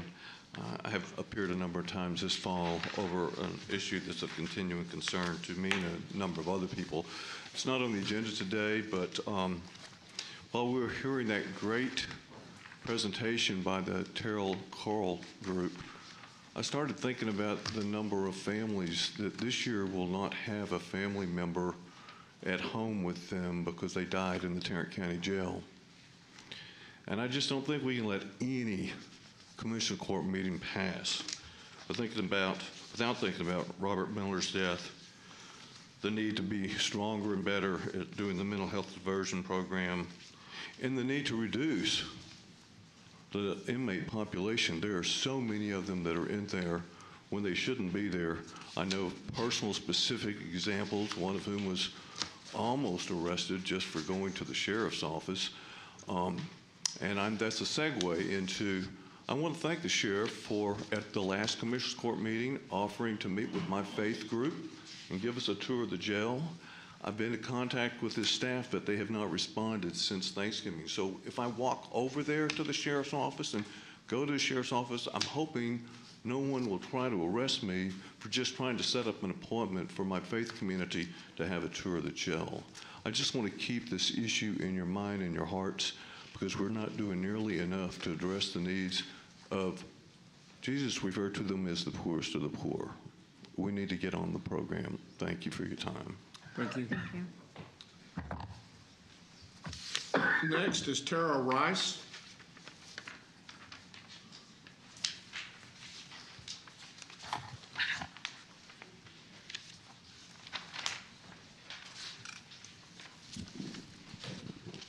My name is Tara Rice. I am Jalen Rice's mother. He is a part of one of the 1,000 cases that Judge Alex Kim mishandled. He's been in there physically held hostage by what we call is our justice system. He has a mental health disorder. He was not even supposed to be certified. But still to this day, my son has been incarcerated in Green Bay since April the 11th, 2022. He has had many trial dates set. Nothing has happened. I am demanding the release of my son. This is my last option. I spoke at City Council. I sent emails. I will be filing federal charges against anyone involved in this because it's clearly documented that he was never supposed to be certified in this at all. At all. We have been dealing with this since July 26, 2020. He does not understand what he is in there charged with. To this day, you would think he's been there about 2 years. He will have some understanding of it. Does not understand at all. And it breaks my heart that his mental health has deteriorated. And he suffered, and he has siblings that have suffered. You guys don't see, he's in there held hostage, but he has a family. I have a 1 and a 2-year-old daughter. I have to explain to them what's going on with their brother. He has 2 older brothers, 2 younger brothers who have suffered from this corrupt system. And I have neglected their needs, trying to prevent the system from railroading my son. They took DNA on April 13th, 2022. Where is the DNA Act? There is no evidence in the lab. I did all my research. There's nothing there. The crime scene was it was contaminated. I need my son, Jalen Rice, home. This will be the 3rd Christmas he has missed with his siblings. Every court date has been passed. It is not okay. I am asking to release my son. My son needs help. He's not even getting the medical care he needs in there. He has suffered from a mental illness for a very long time. And being in a cage like an animal is not helping. Thank you, Ms. Rice.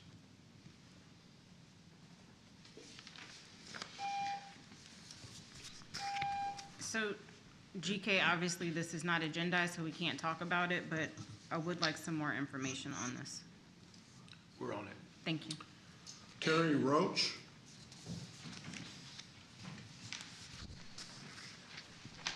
Is Terry Roach here?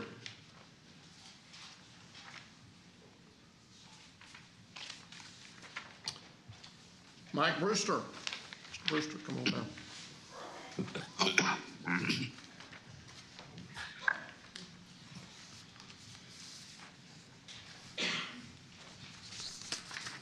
I appreciate you changing things up. I do have a lot on the plate right now. On November 8th in the evening, Mr. Manius and I had a very brief conversation. He asked how things were going, and I said very, very smoothly that I probably shouldn't have done that, because as soon as I walked back into the central account, we had some exceptions pop up. Exceptions happen. You know, that's one of the things that goes on, but as life happens. But when you have exceptions, you want to take a pretty close look at the paperwork. And I've been trying to get a hold of some of that paperwork for over a year now.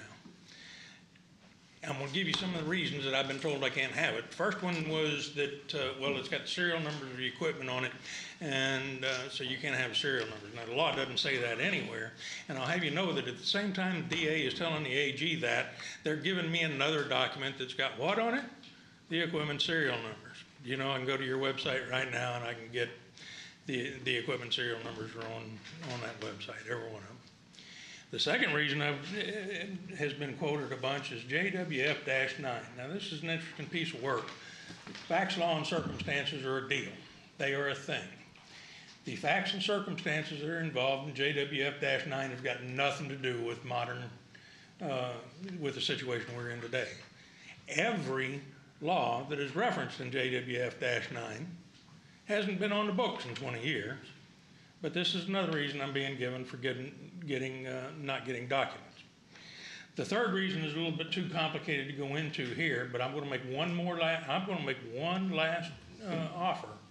I will get together with your best lawyer in the election center with Mr. Garcia, and I will walk through the law there where we can point at the different pieces and see, and we'll see if we can stop some of this contention. But right now, I'm going to tell you, when we started this, the AG was on Tarrant County's side. The AG is not on Tarrant County's side anymore, and now Tarrant County is suing the AG. It is beginning to look like Tarrant County is trying to hide the football rather than simply obey the law, because I'm here to tell you the law is clear on my side, and I can walk you through that.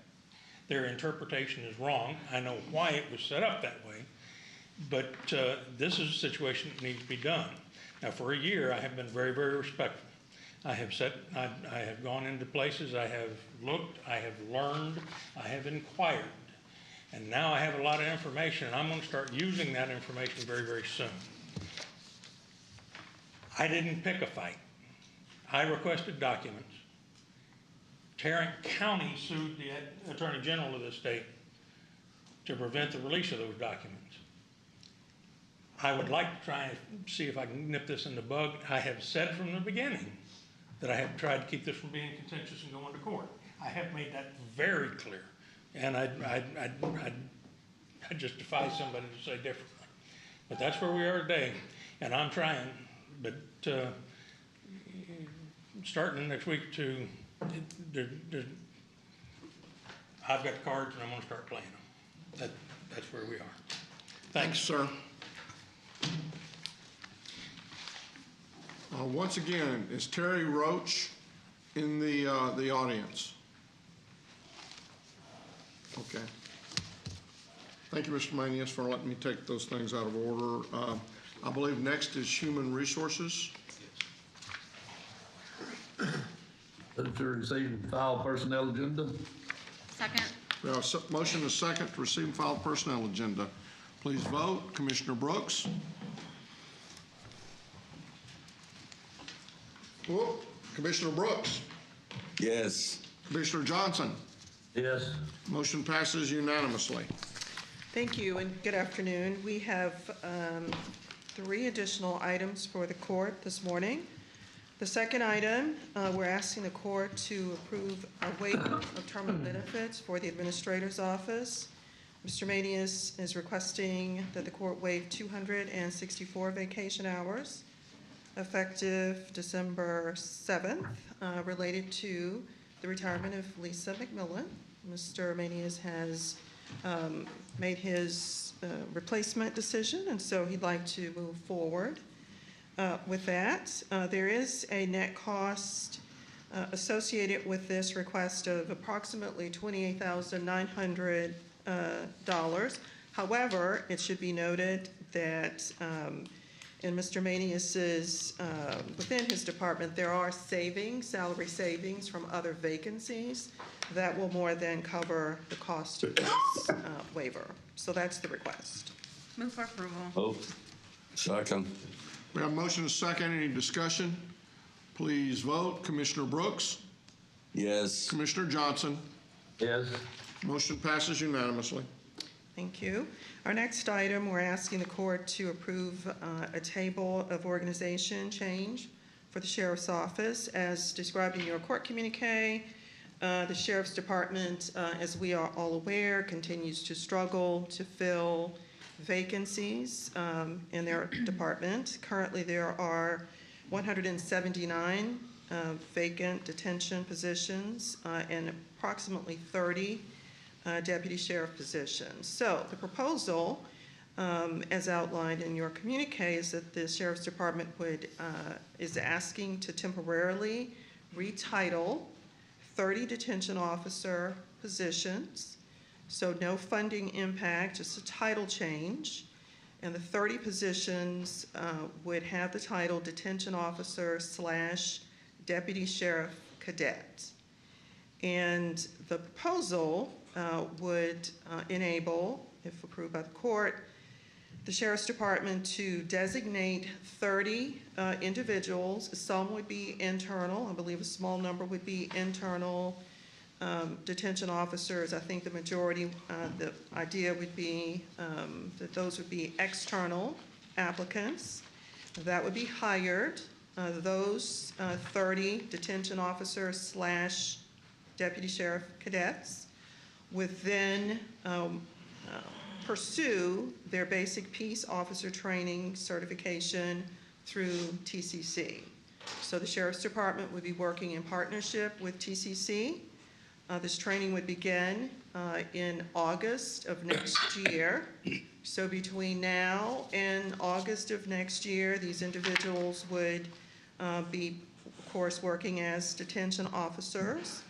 Upon completion of training, then the sheriff's department would have individuals with their peace officer certifications and who would then be ready to be considered for promotion into vacant deputy sheriff positions.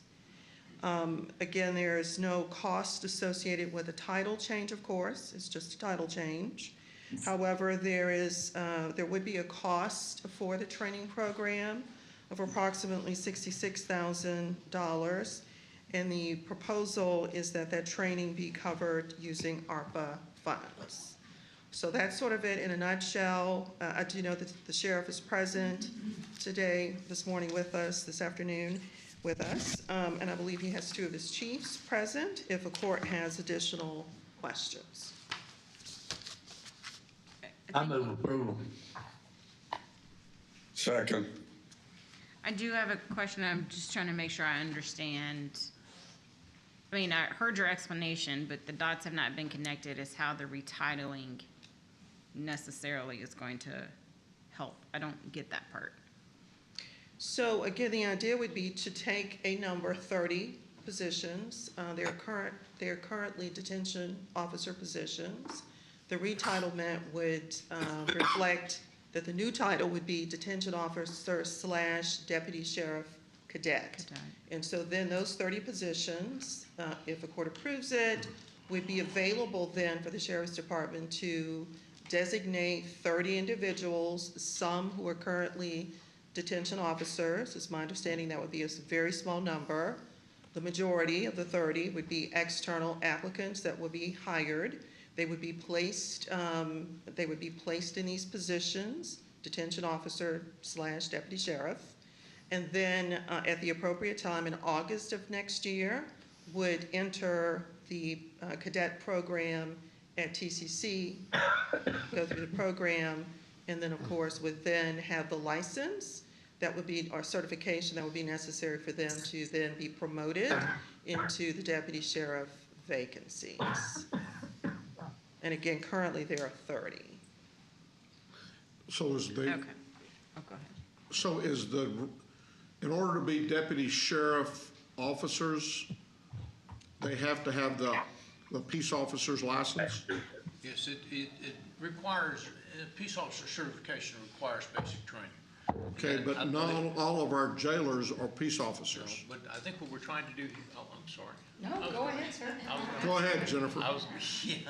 So it's used as an incentive program by the title change. Right now, we cannot hire from the outside and go directly into a peace officer cadet position. We don't have that available to us in our agency. Okay. Though many agencies in the area our size do.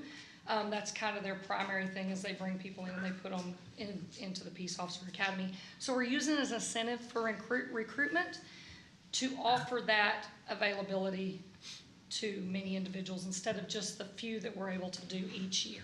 Okay, that makes sense. Okay. Thank you. Why do other agencies have the ability to do it and we don't? Because other agencies, most of their positions when it comes to law enforcement are primarily street positions, peace officer positions. We have a large number of detention officer positions, and we haven't opened up a program where we bring people directly into a peace officers academy until this opportunity kind of came up as a retention. Because you don't have that many positions that require Right, them. we have approximately 30 right now, 27, I think, to be exact, for deputy positions. They open, and then we fill them, and they open, just through the normal process of attrition, that sort of thing.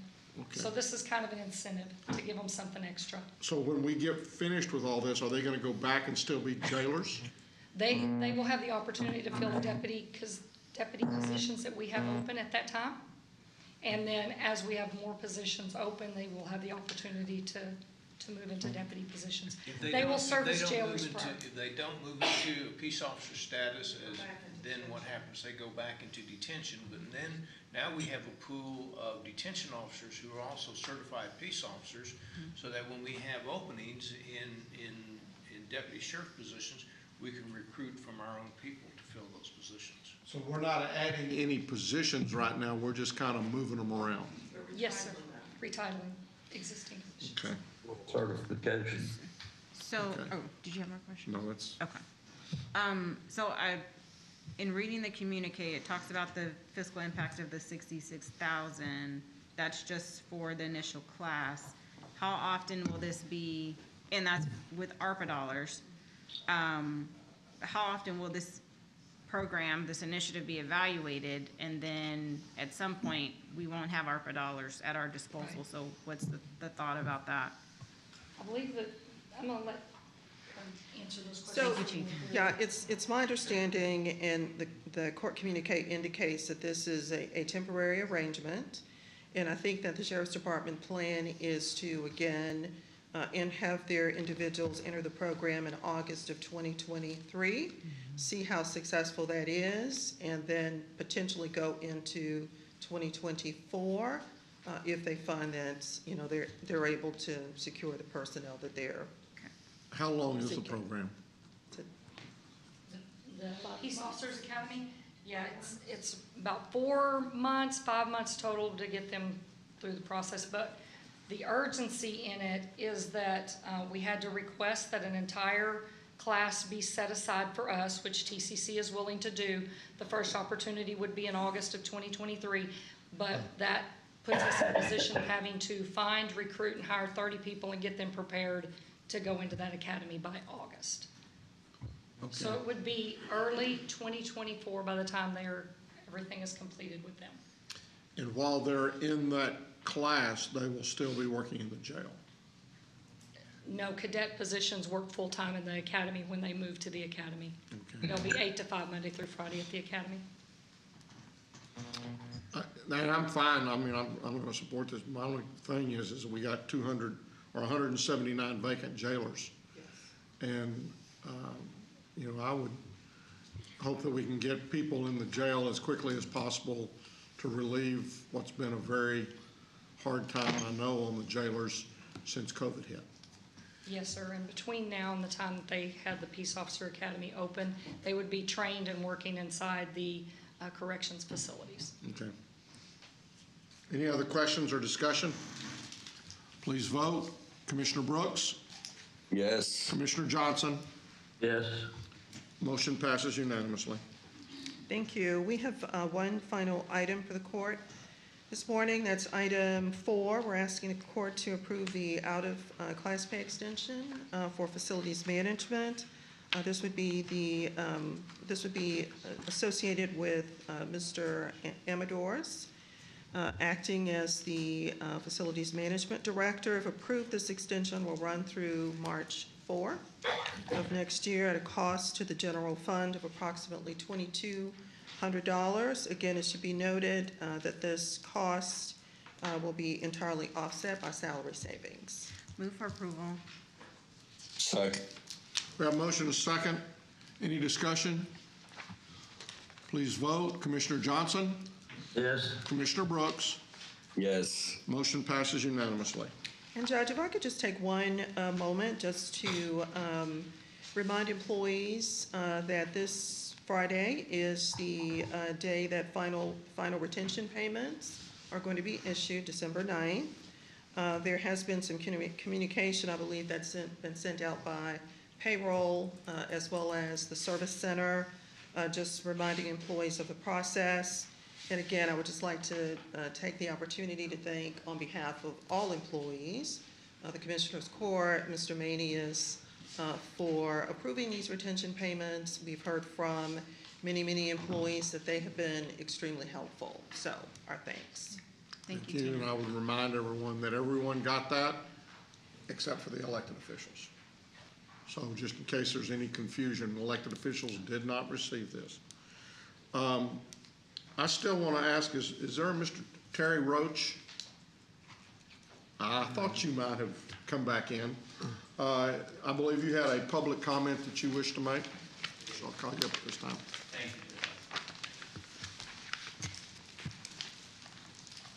Thank you. Is this a lectern? Is this a microphone? Am I standing on a beach? Is there a gun in my hand? Am I not responsible for what my eyes see? Keep in mind that I've never been here before, and I'm not a trained observer. I'm certainly not a police officer standing in a parking lot in the middle of town, ostensibly conducting an investigation that lasted while I was detained for over 22 minutes. Here's what I see: an elephant. Allow me to explain. Let me back up to March 2017. I'm an environmental activist. My wife and I met with Benbrook Police at the station to discuss our work cleaning up a vacant lot that borders Walnut Creek, Loop 820, and Highway 377. You may know it if you know Benbrook, Texas. Fast forward to November 2020, and I was detained for over 20 minutes while picking up trash, the same activity in the same spot. And I've never gotten an answer to the simple question that every citizen should get an answer to when they are detained by law enforcement. What was the reasonable, articulable suspicion of a crime? Why was I harassed, threatened, ordered to sit on the ground, had my vehicle searched and photographed, and my rights violated? But I wasn't taken to jail, I wasn't beaten or maced, and that's the elephant in the room here. Misconduct and crimes by police, bad apples with badges, and my grandfather was a police officer, I'm pro-law enforcement. Those crimes are tolerated, they're ignored, and no doubt laughed about, as long as they don't rise to the level of the 10 o'clock news. And as long as the people who are victims of these crimes are poor, powerless, and can't prove wrongdoing. Here's the thing, though. I can prove wrongdoing. It's indisputable proof in my case. Any rational, unbiased person can see through the completely ludicrous claims made by those who should be enforcing the law. The DA's office would only meet with me alone behind closed doors. They won't answer any questions about the numerous false claims by the prosecutor and the investigator. I met with them for over 5 hours. And they won't explain how a police officer filing a false report is not the crime of filing a false report, Texas Penal Code 37.08. Now, the DA's office refuses to release over 40 minutes of body camera video. Why is the DA refusing to release body camera video to a citizen of the citizen's own encounter with law enforcement in a parking lot next to a McDonald's? The prosecutor and investigator are not telling the truth about what's on those body camera video. And if you watch the video and read the officer's report, which were submitted as part of a criminal investigation into their actions, you'll know exactly why the city of Benbrook and now the DA's office isn't releasing the body camera video. I don't have time, of course, to explain it all, and I might get cut off here, but I'm gonna keep going. But here's what you won't see or hear a word about on the body camera video. A construction site. But read the officer's signed reports and the internal investigations rulings, and you'll see the officers mention over and over an active construction site, a phase of an apartment complex still under construction, a responsible person at the construction site. 12 times total in a full paragraph about this non-existent construction site. And the DA's reason, if you call it that, is that the officers were acting under a mistaken assumption. They are not responsible for their own eyes. But hey, you don't have to worry. And most of the people in this room don't have to worry. You would never be detained in a parking lot, not get video cameras, not get any answers, because that elephant here, most of you, respectfully, are on the other side of that elephant.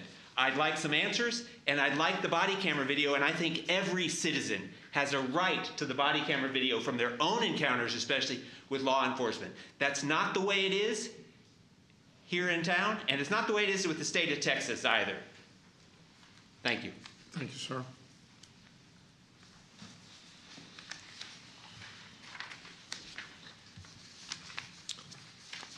Purchasing.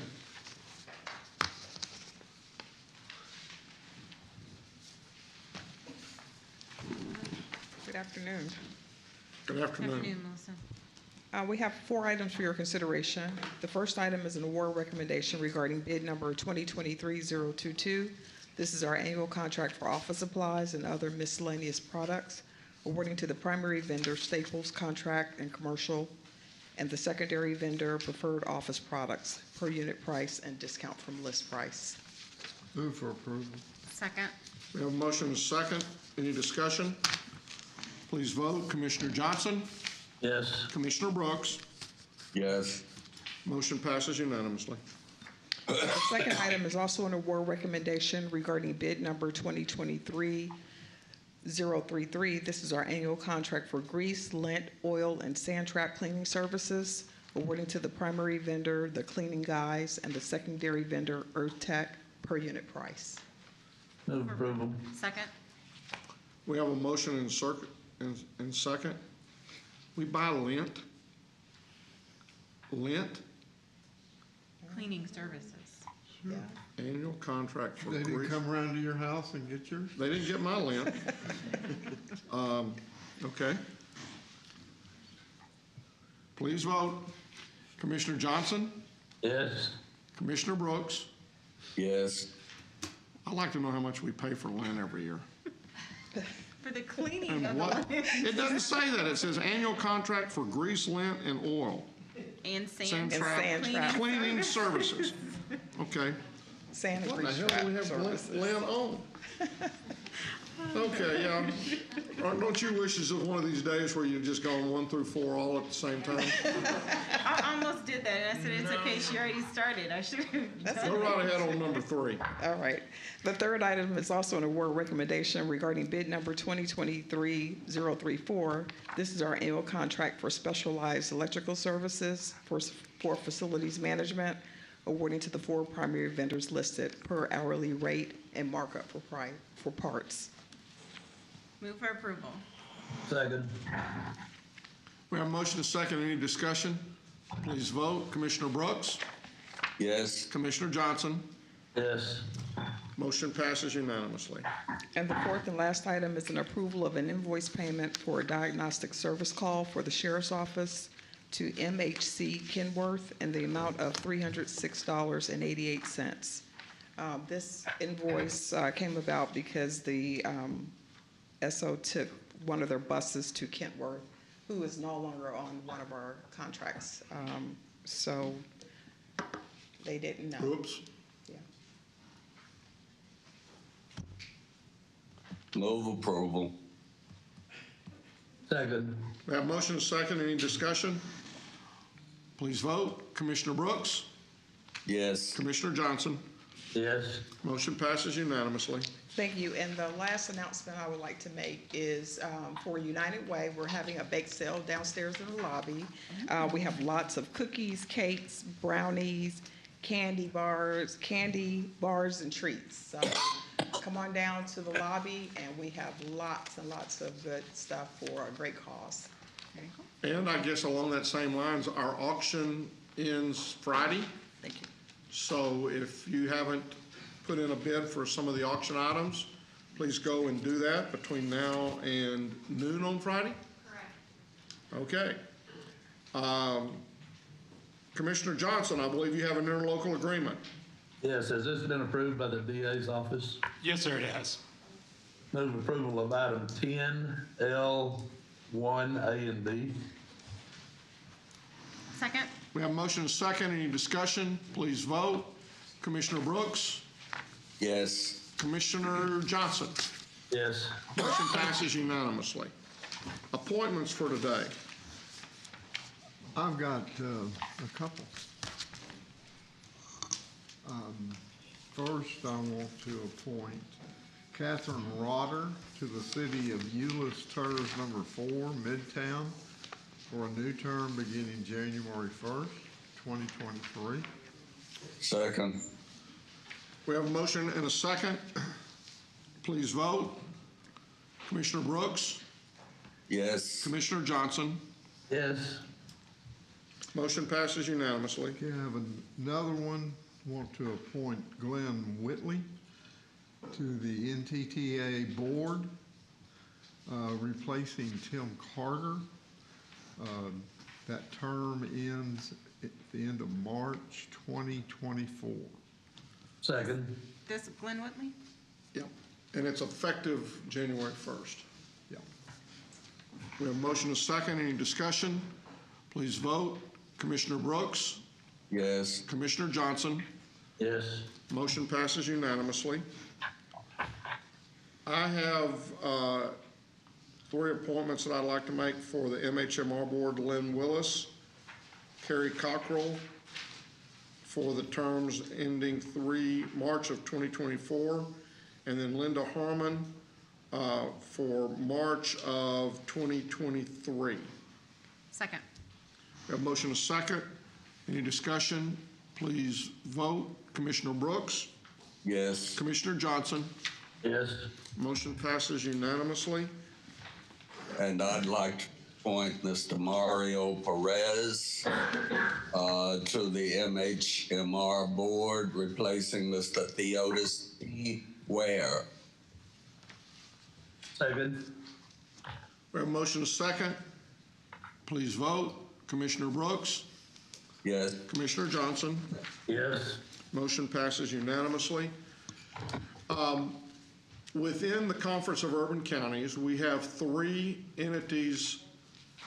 They're really not within it, but there's 3 entities associated with that. One is our LGC, which is basically the oversight for TechShare. And then the other two, one is our building, which is the CUC office building at the corner of San Antonio and 13th. And then the other one is our public power pool. The public power pool and the building do not require the appointments to be an elected official. And as such, at least as kind of the getting going, I would like to nominate G.K. Manius because he is fully up to speed on those right now. And so I would like to appoint him to the P3 board and to our LGC on the building at San Antonio and 13th. Second. We have a motion and a second. Please vote. Commissioner Brooks? Yes. Commissioner Johnson? Yes. Motion passes unanimously. And then, well, I'm going to wait till next week to make the appointment on the LGC or make that recommendation. So that's all the appointments that I have at this point in time. Any other appointments? Okay, we have some bonds. Do I need to read all of those, or do I just need to say we got some bonds? Judge, I'll go ahead and go through all of those. Go right ahead and read those bonds. Good afternoon, Judge, Commissioners. So I will be asking for two separate actions from the court today. The first will be regarding bonds. I have 6 for the approval of the Commissioners Court, 5 for newly elected officials, and then 1 for a re-elected official. They are as follows. For County Judge Tim O'Hare in the amount of $10,000 payable to the Tarrant County Auditor. For District Clerk Tom Wilder in the amount of $100,000 payable to the Governor of Texas. The County Criminal Court Number 5 Judge Bradley Clark in the amount of $10,000 payable to the Tarrant County Auditor. The County Criminal Court Number 6 Judge Randy Harton in the amount of $10,000 payable to the Tarrant County Auditor.